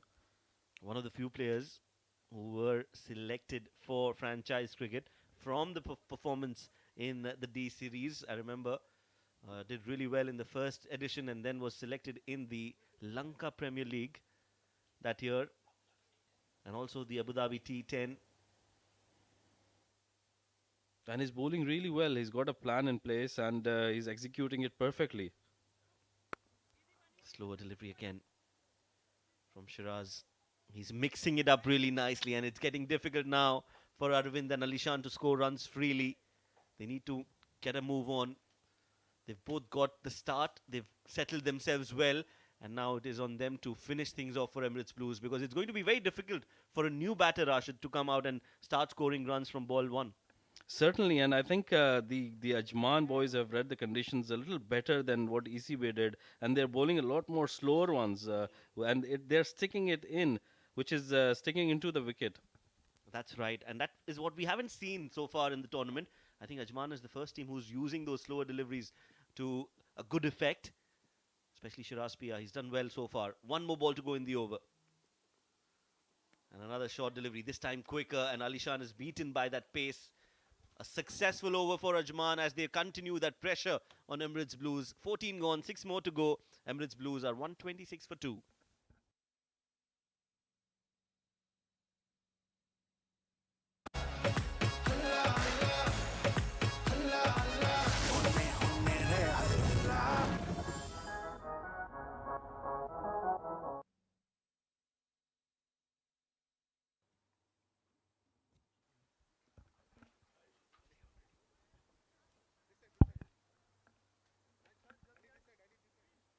So Badshah there, making us groove, and that song has stuck with us. We are doing Halla Halla everywhere, and it's going to take place right here at the same venue from the 13th of Jan. Thank you, Sultan Ahmed, for not bowling while I was saying that. Now you can. Sultan to finish his quota of 4 overs. Yes, he will finish his quota of 4 overs. He's bowled 2, and we expect him to bowl 2 more. Yeah, that looks like the plan because they haven't used any sixth bowler. So I think Nasir Aziz is relying on his 5 bowlers which he has used. And I think Sultan is doing a very good job here. Oh, yes, absolutely. He's an experienced campaigner. This one's gone high up in the air. Chance for the fielder. Diving effort. I think it's Ajmal. And it was Dawood Ijaz at long off. Normally a good fielder, but that was a half a chance. Should have been taken. Not a very good shot, I think. He didn't get to the pitch of the delivery and just sliced off his bat. And Dawood Ijaz reaching there, but just couldn't take it. And this time he's got hold of it. This will definitely cross the ropes and get into that dugout. And will be 6 more. So Alishan Sharfu taking on Sultan. And he's continuing to be a little bit expensive in this game. That was a welcome boundary. They haven't had a boundary in the last 2 overs. So I'm sure Alishan was getting a bit itchy. And he made sure that he got to the pitch of the ball this time and hit it out of the park. And that is a good shot. Much more control on that one. No splicing of the ball. Nice clean hit from the middle of the willow. And it's gone the distance. This time goes over extra cover. Smacked and smacked hard. And that ball will cross the ropes in no time. So a 6 followed by a 4. And Sultan is under the pump. What super timing there by Alishan. Sultan trying to pitch it up. Bowling a lot more quicker there.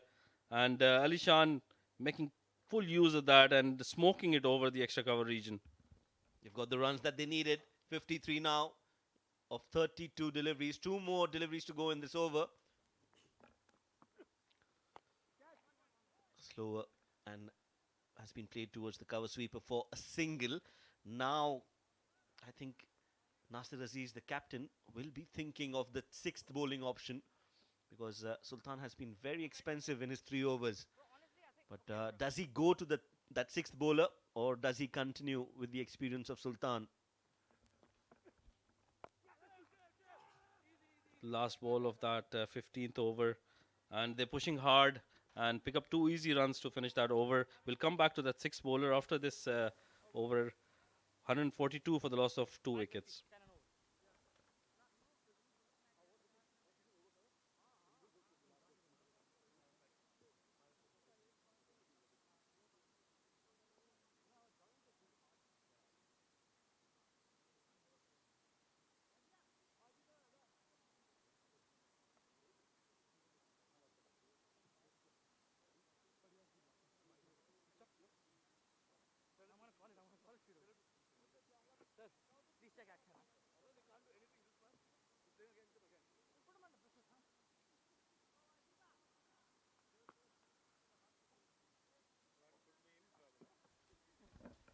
So that's the comparison. 15 overs, not a lot to differentiate between the two.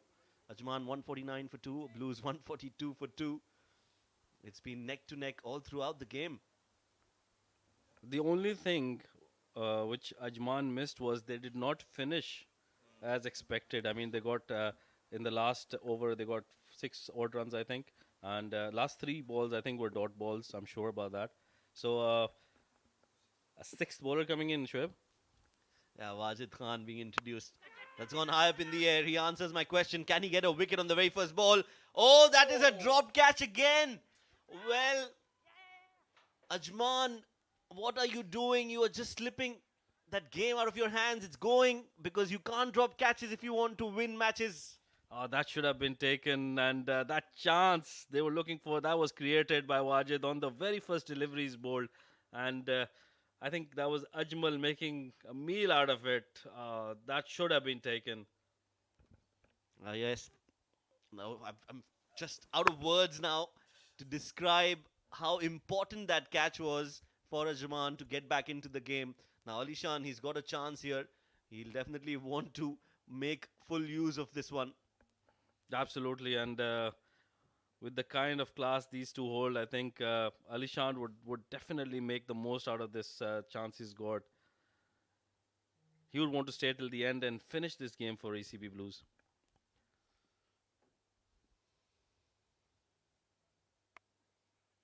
Slower delivery from Wajid. Single for Alishan. He moves on to 48. Both these batters one shot away from getting to an important 50. An important landmark. Well deserved for both these batters. I think they've played brilliantly. They've assessed the situation really well and played accordingly. Hit straight to point, but they'll still get a single. Good over from Wajid. They created a chance on that first ball. They took 3 runs on that. Interesting. And then singles on the next 3. Would you have, as a captain, introduced the 6th bowler a lot earlier, or you would have gone with the 5 bowlers? No, I think I would have brought him in a lot earlier. Oh, that's a cheeky shot. And Alishan, what a way to get to that 50. Very well played. 50 runs from Alishan Sharfu. He's a star in the making. And that is why he is a star. Gets into important situations of the game and contributes with the bat or with the ball or in the field. An all-round player, Alishan Sharfu. Absolutely, and look at how well they have assessed the situation. They didn't get bogged down, but that 2 slow overs they got, they didn't get any boundaries or runs in those overs, just 5 or 6. But they made sure that they didn't, lose their wickets in the process. Yes, he's definitely played an important knock, looking for 2, and will get them comfortably in the end. So he's worked hard for his runs. It's not as if he's just gone berserk. He's run hard between the wickets, and he's got to those important 54 runs for his side. 16 overs gone, 154 for 2.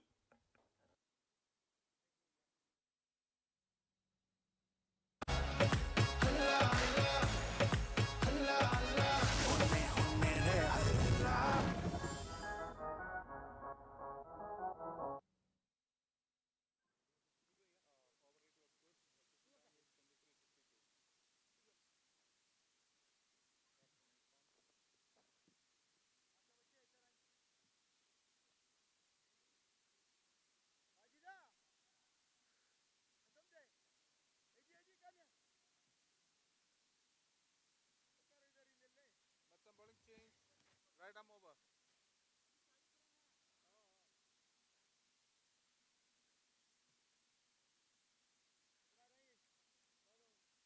Don't rush it, it's fine. 154 for 2. Nasir Aziz brings himself on for his last over. Can he get a wicket? They need a wicket here. They needed a wicket 3 overs back, Rashid.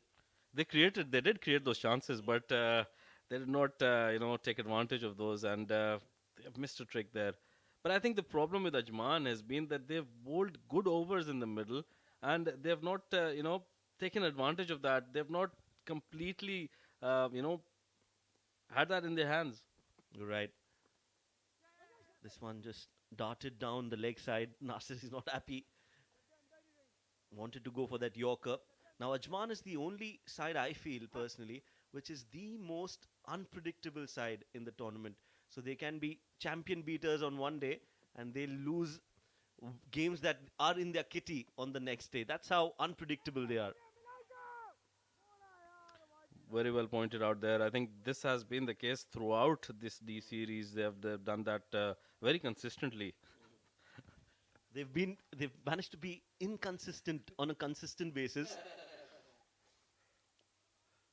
And Arvind gets to his 50 of 41 deliveries. So I think Arvind has been very important in this partnership. He's made sure that he doesn't match up with Alishan and given as much of a strike to Alishan as possible.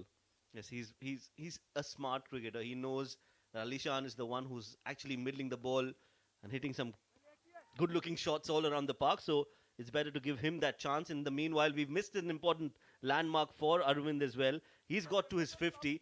And what an important knock this is again in the context of the game. Started off well, and now he's pacing his innings as per the match situation, and that is why he's such a special talent.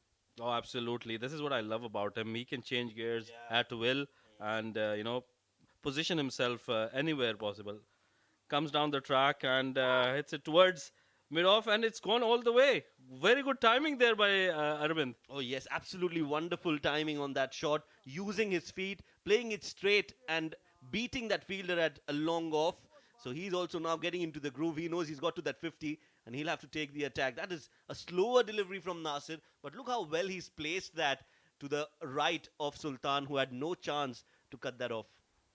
I think ECB Blues now don't want to take it to the last over. They want to make sure that they have as less runs as possible to chase in the last over.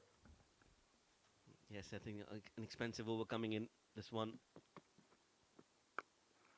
making room, trying to target that extra cover area, but will only get a single. Arvind, what a talent he is. I've absolutely adored the way he's played in the last few years. I remember watching him bat in the D10, the first D10, and I was mighty impressed with the way he was toying with the fast bowlers all around the park in the ICC Academy. And since then, he's not looked back. With that, Alishan goes over mid-wicket. Is it a chance again? Yes, it is. And they've taken this one. Nasir Aziz finally picking up a wicket. Important wicket at an important time in the game. Alishan Sharfu trying to go big on that last ball of the Nasir Aziz over. And he's found the fielder targeting that bigger boundary towards mid-wicket. Just couldn't clear the fielder in the slot. It was there to be hit. Just didn't get the distance nor the elevation. Finds the fielder there, Uzair, who takes an important catch under pressure. 17 overs gone. Alishan Sharfu walking back after scoring 55 runs of just 33 deliveries. 164 for 3.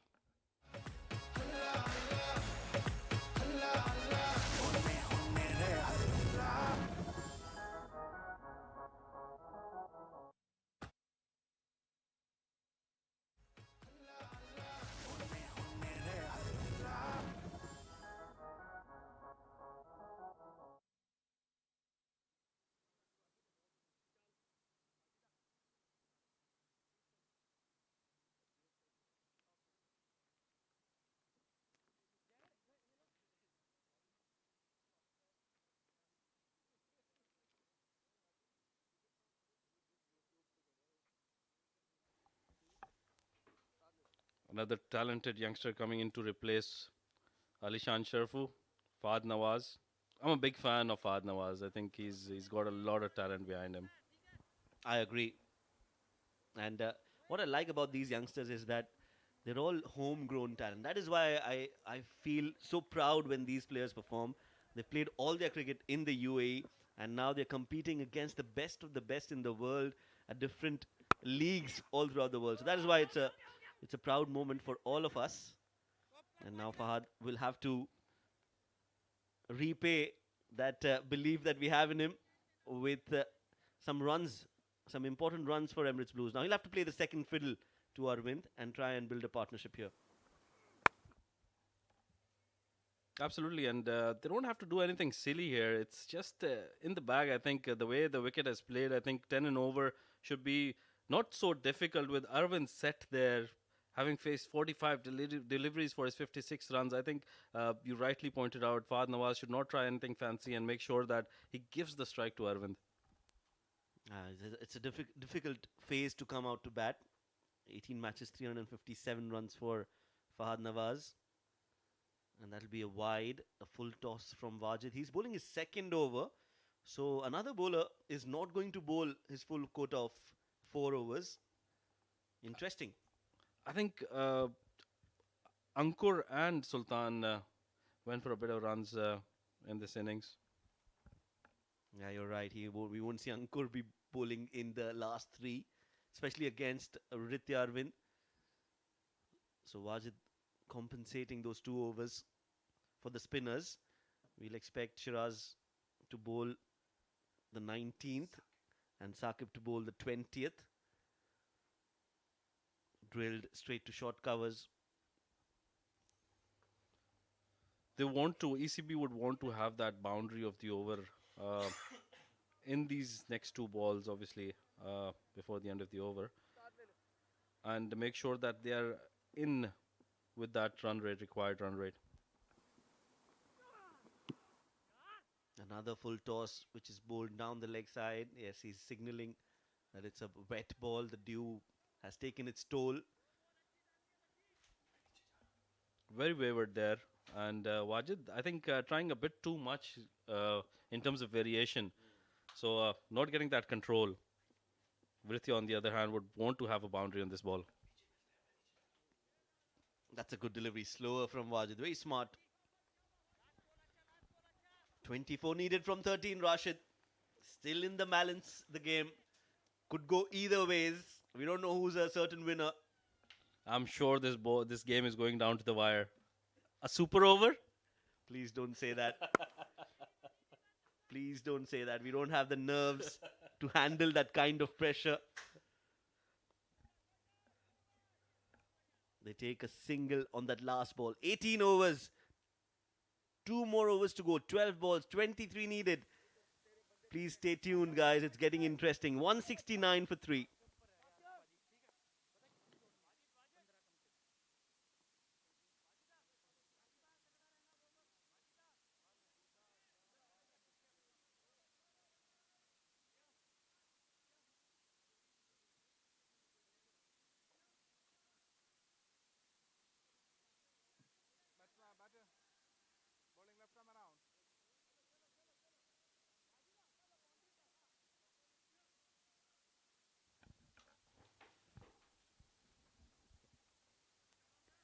That's the score distribution.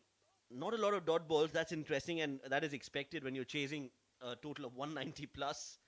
45 singles. That's good. 9 fours and 8 sixes. Almost neck to neck there, the boundaries. Yes, that's right. 4s and 6s. 2 threes as well. Shiraz Pia bowling the penultimate over of the game. Slower delivery, played up and over. This has been played with a lot of intent. Smart batting from the smart cricketer. Arvind gets an important boundary on the very first ball of the over.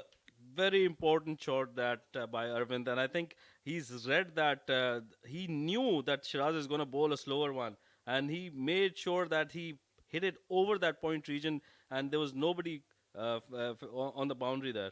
Oh yes, absolutely. And he waited for that shot to be played it over point. So he just waited for a split second and then played it over point fielder. So good, very important shot, important runs for Emirates Blues, as the score now needed is 19 of 11. A 4 on the very first ball. Rashid, Shiraz will definitely be under pressure.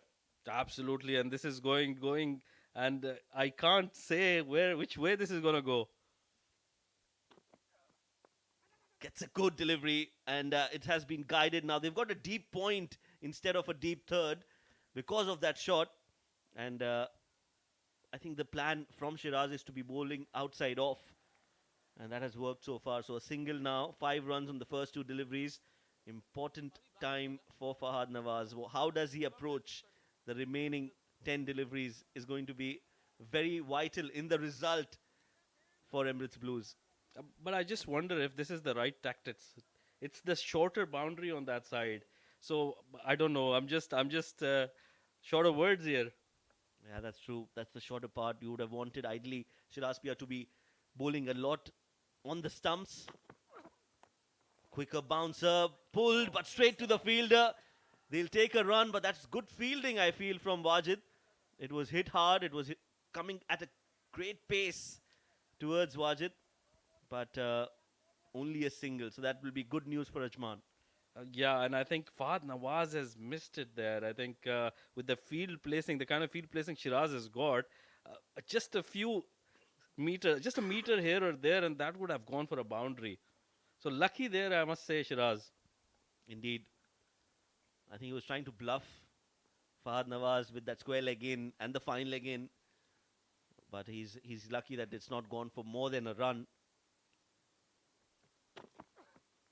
Fuller, this time it's got the edge. And this time Shiju Sam will raise the finger. It's the most important wicket of the game. Shiraz Pia gets that man. Ritya Arvind will have to walk back. And Emirates Blues now will be under a lot of pressure. Oh, pressure it is. And this game is, I'm telling you, this game is going down to the wire. It just swung in favor of Ajman now. Look at that full delivery, trying to go over extra cover and taking that outside edge. Rahul Chopra making no mistake, taking that catch. Ritya Arvind walking back after scoring 62 runs of 50 deliveries, 2 sixes and 3 boundaries. Emirates Blues, beg your pardon, 175 for the loss of 4 wickets now.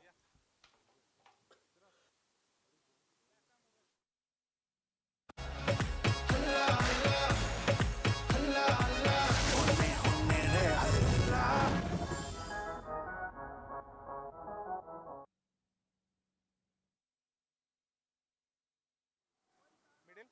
Yeah, that's middle. Top. Coming left arm over to you two to play.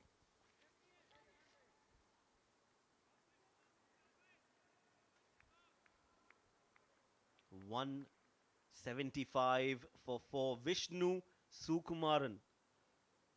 The new batter in was out of action for the most part of the first innings after being hit on the chest.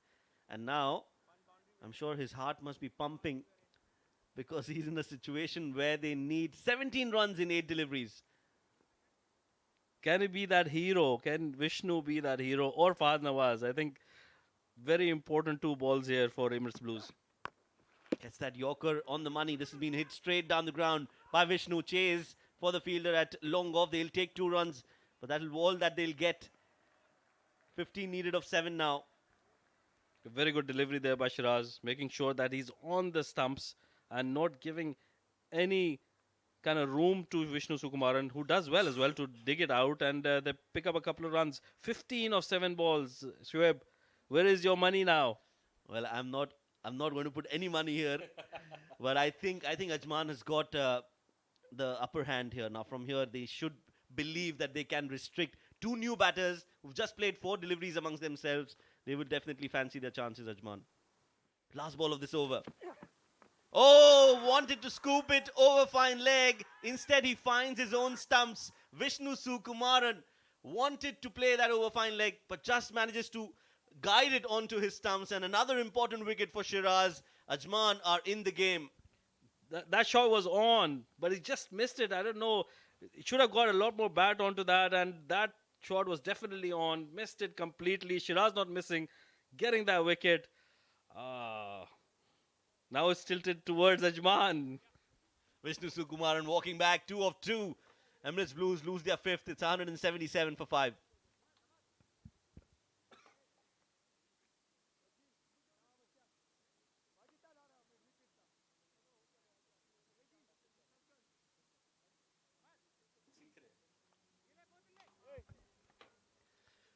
Great scenes here at Dubai International Stadium. Great game of cricket and some really beautiful pictures from the Ring of Fire, as this ground is fondly known. And it's just great weather here in the UAE as well, Rashid. We've got our sweaters out, and we are already sweating. Not because of the sweaters, but because of the game that we are witnessing here. Brilliant weather for cricket and a brilliant game of cricket here.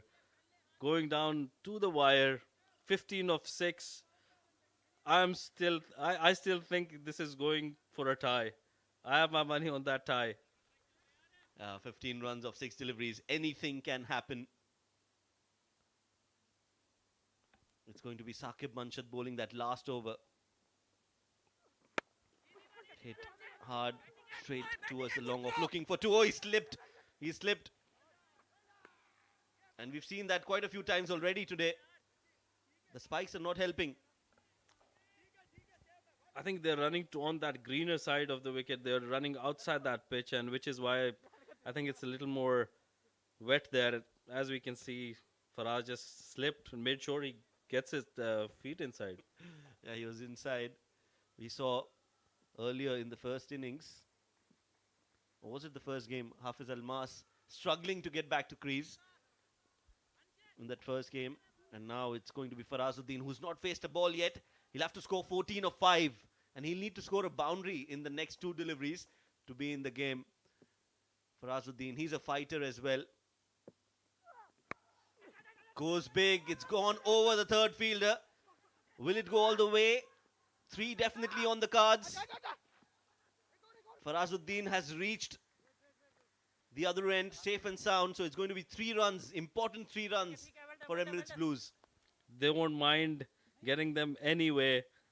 Fine leg, third man. They just want to make sure that they get those runs. Look at Fahad Nawaz. He was already there when Faraz was busy taking his second run. Yeah, both of them were at the same end at one time. Fahad Nawaz knew that it's going to be 3 runs, so he was running hard. Wanted to get back on strike as well. Fahad Nawaz. 11 needed of 4 now. This game is a proper thriller. Gets that Yorker right, Saqib. It's been played towards the cover sweeper. Again looking for 2. But that's good fielding. Very good fielding from Uzair. Just we'll keep it to 1. Slowly this is drifting away from the ECB Blues. They haven't got that boundary yet. 10 runs of 3 balls. Very close here.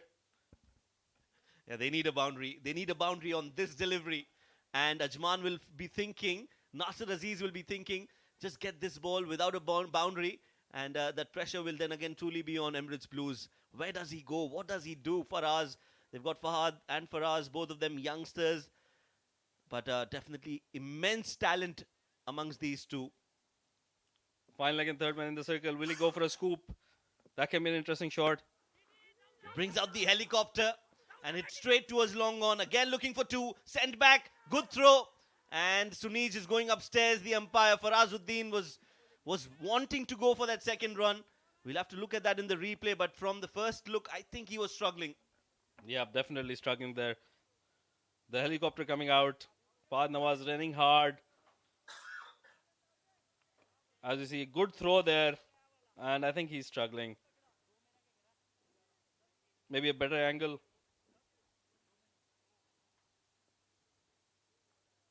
But they did not get that boundary they wanted.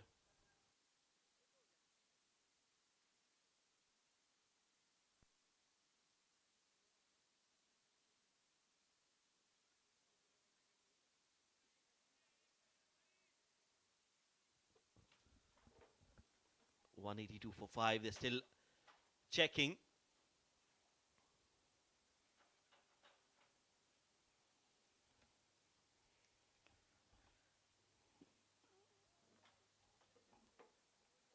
That was a shot from Farazuddin.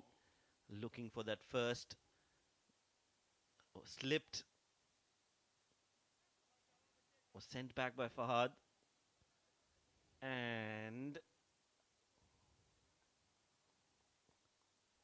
okay, he's still out. He's in maybe, I don't know. Frame by frame, very difficult. As of now, they need 10 runs from 3 deliveries. And if this is just a single, it's going to be 9 of 2, Rashid. Yeah, they did not get that boundary of that ball we wanted. Very close there. I won't want to be the third umpire here.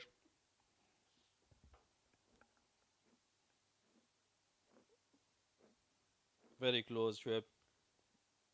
That frame looks. Another frame probably. This frame, the bails are off, and you can see the bat is still out.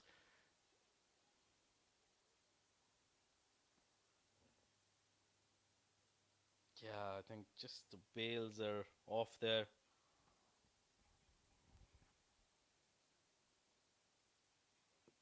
But 9 runs of 2 deliveries.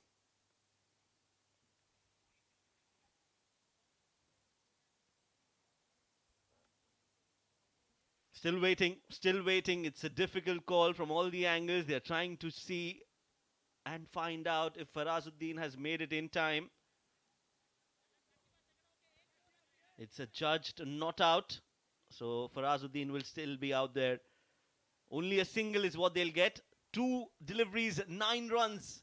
A 6 will be just fine for Emirates Blues. Or 2 boundaries. And get that tie. Well, I don't know. It's still possible, but I think Saqib has bowled well under pressure, Rashid. He's bowled really well. He's got the Yorkers right. 9 runs needed, 2 balls. Saqib Manshad brings out the scoop. Oh, Fahad, he's missed it completely. That slower delivery has done the trick here. 8 runs needed off that last ball, and the game is for Ajman for the taking. Absolutely. Unless he bowls no ball, I think they've got it in the bag. Well, you're thinking about all the permutations and combinations and what all can be possible in a game of cricket. But I think it has been a great performance from Ajman. They've kept that belief in themselves that they can win this game. And you can see that smile on the face of Chopra, the wicketkeeper, Rahul. He's happy. 1 more ball, just 1 legal delivery, and they'll win this game, regardless of how many runs they get on that ball. That is it.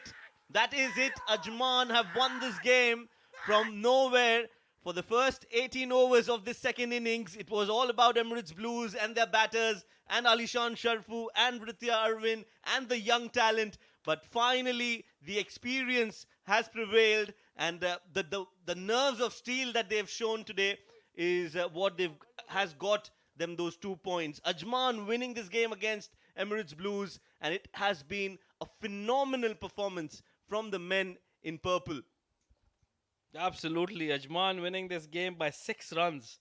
A very close contest and a very interesting, a thriller of a game. We enjoyed it till the very last ball, I think. And this is the kind of games that really pump you up, I think, as a team. Ajman would be really pumped up. Oh, yes, we are pumped up in the Combox looking at that performance. So I'm sure Ajman will cherish that win against a very strong Emirates Blues. And as we mentioned, it was a game that Emirates Blues were in the driver's seat for most part of that 18 overs.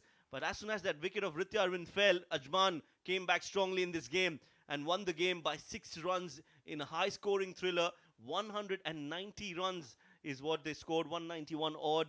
And in the end, Ajman get those 2 points. Handshakes all around, rightly so. Both the teams did exceptionally well, but it was just a matter of having those nerves of steel and having that self-belief in themselves.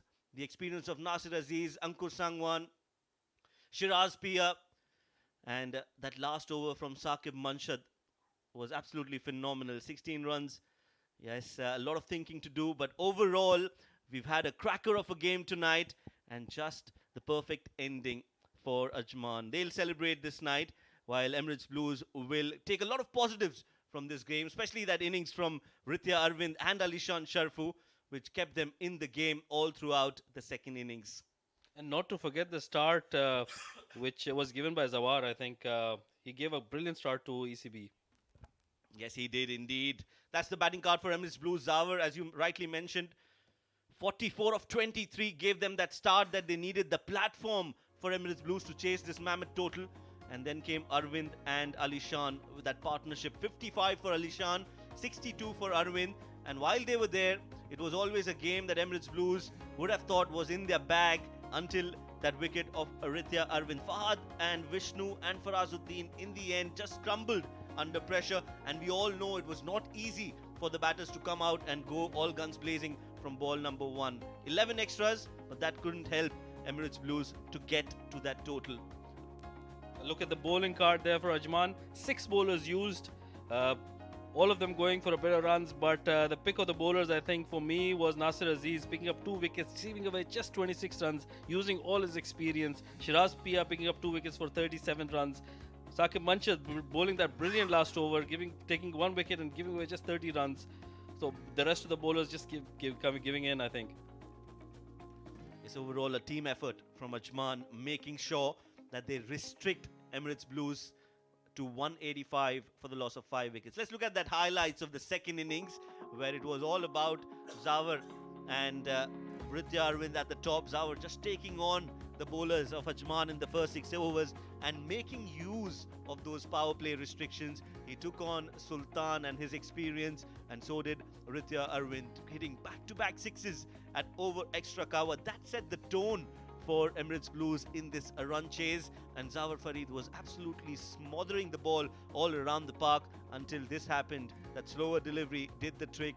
Taking that catch was Wajid, who got that important breakthrough. Rizwan was not able to perform with the bat tonight, but then came this important partnership between 2 young stars of UAE cricket, Alishan Sharfu and Ritya Arvind. They made sure that the run rate was always in control, and they targeted certain bowlers and also were very sensible in their approach, taking those quick singles and running hard between the wickets. Few big hits all around the park, but that was the wicket of Alishan Sharfu and then Ritya Arvind in that penultimate over. Shiraz Pia bowled well, got that wicket of Vishnu and also restricted the flow of runs in the penultimate over, while Saqib Manshad bowled that final over and made sure that Ajman get those 2 points. Match summary of this game: Ajman batting first scored 191 runs in their allotted 20 overs. Wajid scoring 58, Chopra scoring 52, and scoring a quick fire 36 of 25. Pick of the bowlers for Emirates Blues in that first innings was Farazuddin getting 2 wickets, Matiullah getting a wicket, and Hazrat Bilal getting a wicket as well. Emirates Blues in reply started off well. Ritya Arvind, Alishan Sharfu and Zawar Farid, the top 4 in fact, really did well for Emirates Blues, kept them in the hunt, but it was just a matter of who could handle that pressure better in the last overs, and it was clearly Ajman who did well with the ball in hand, winning the game by 6 runs. Right, so it's time for us to head down towards the post-match presentation ceremony, where we've got Abdul Rahman Tariq with the player of the match. Good evening, ladies and gentlemen, and welcome to the post-match presentation. It was a nail-biter, an absolute stunner of a game, match number 6 between Ajman and Emirates Blues. And just to remind you, Ajman were put into bat, scored 191 runs, and defended it, winning by a small margin of just 6 runs. There were a lot of notable performances. Alishan Sharfu, Ritya Arvind with 50s, Rahul Chopra with a 50 as well. But the man of the match for his onslaught in the power play and some brilliant bowling and fielding is Wajid Khan of Ajman. I've got Mr. Iftikhar Ali, the match referee, to give away the award.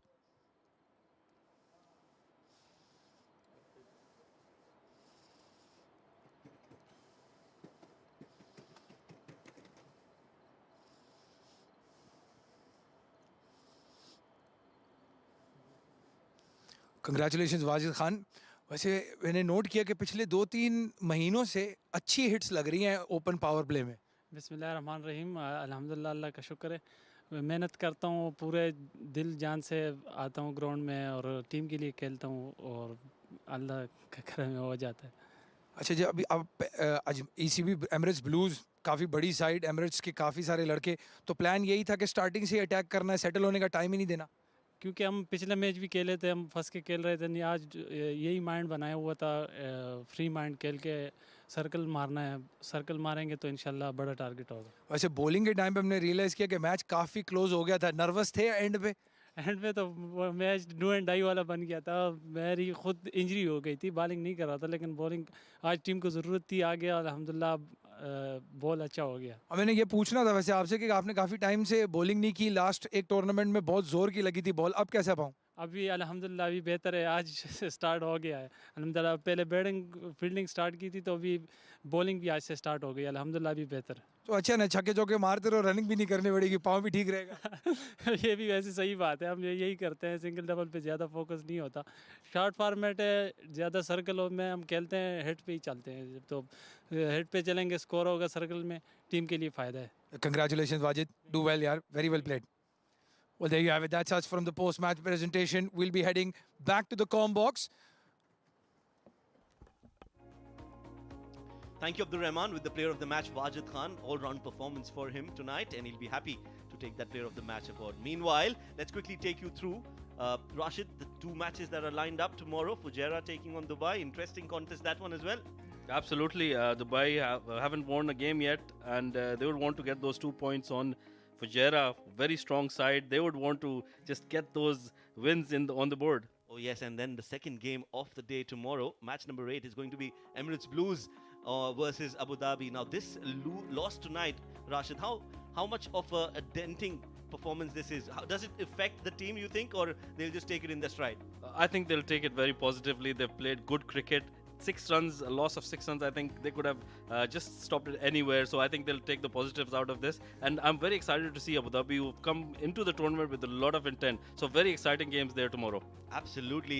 This is the lineup for tomorrow. So we'll look forward to your company for these two matches here at the mazaplay.net Emirates D20 2022 edition. Until tomorrow, on behalf of all of us here in the Combox and also from our production team, it's good night and God bless.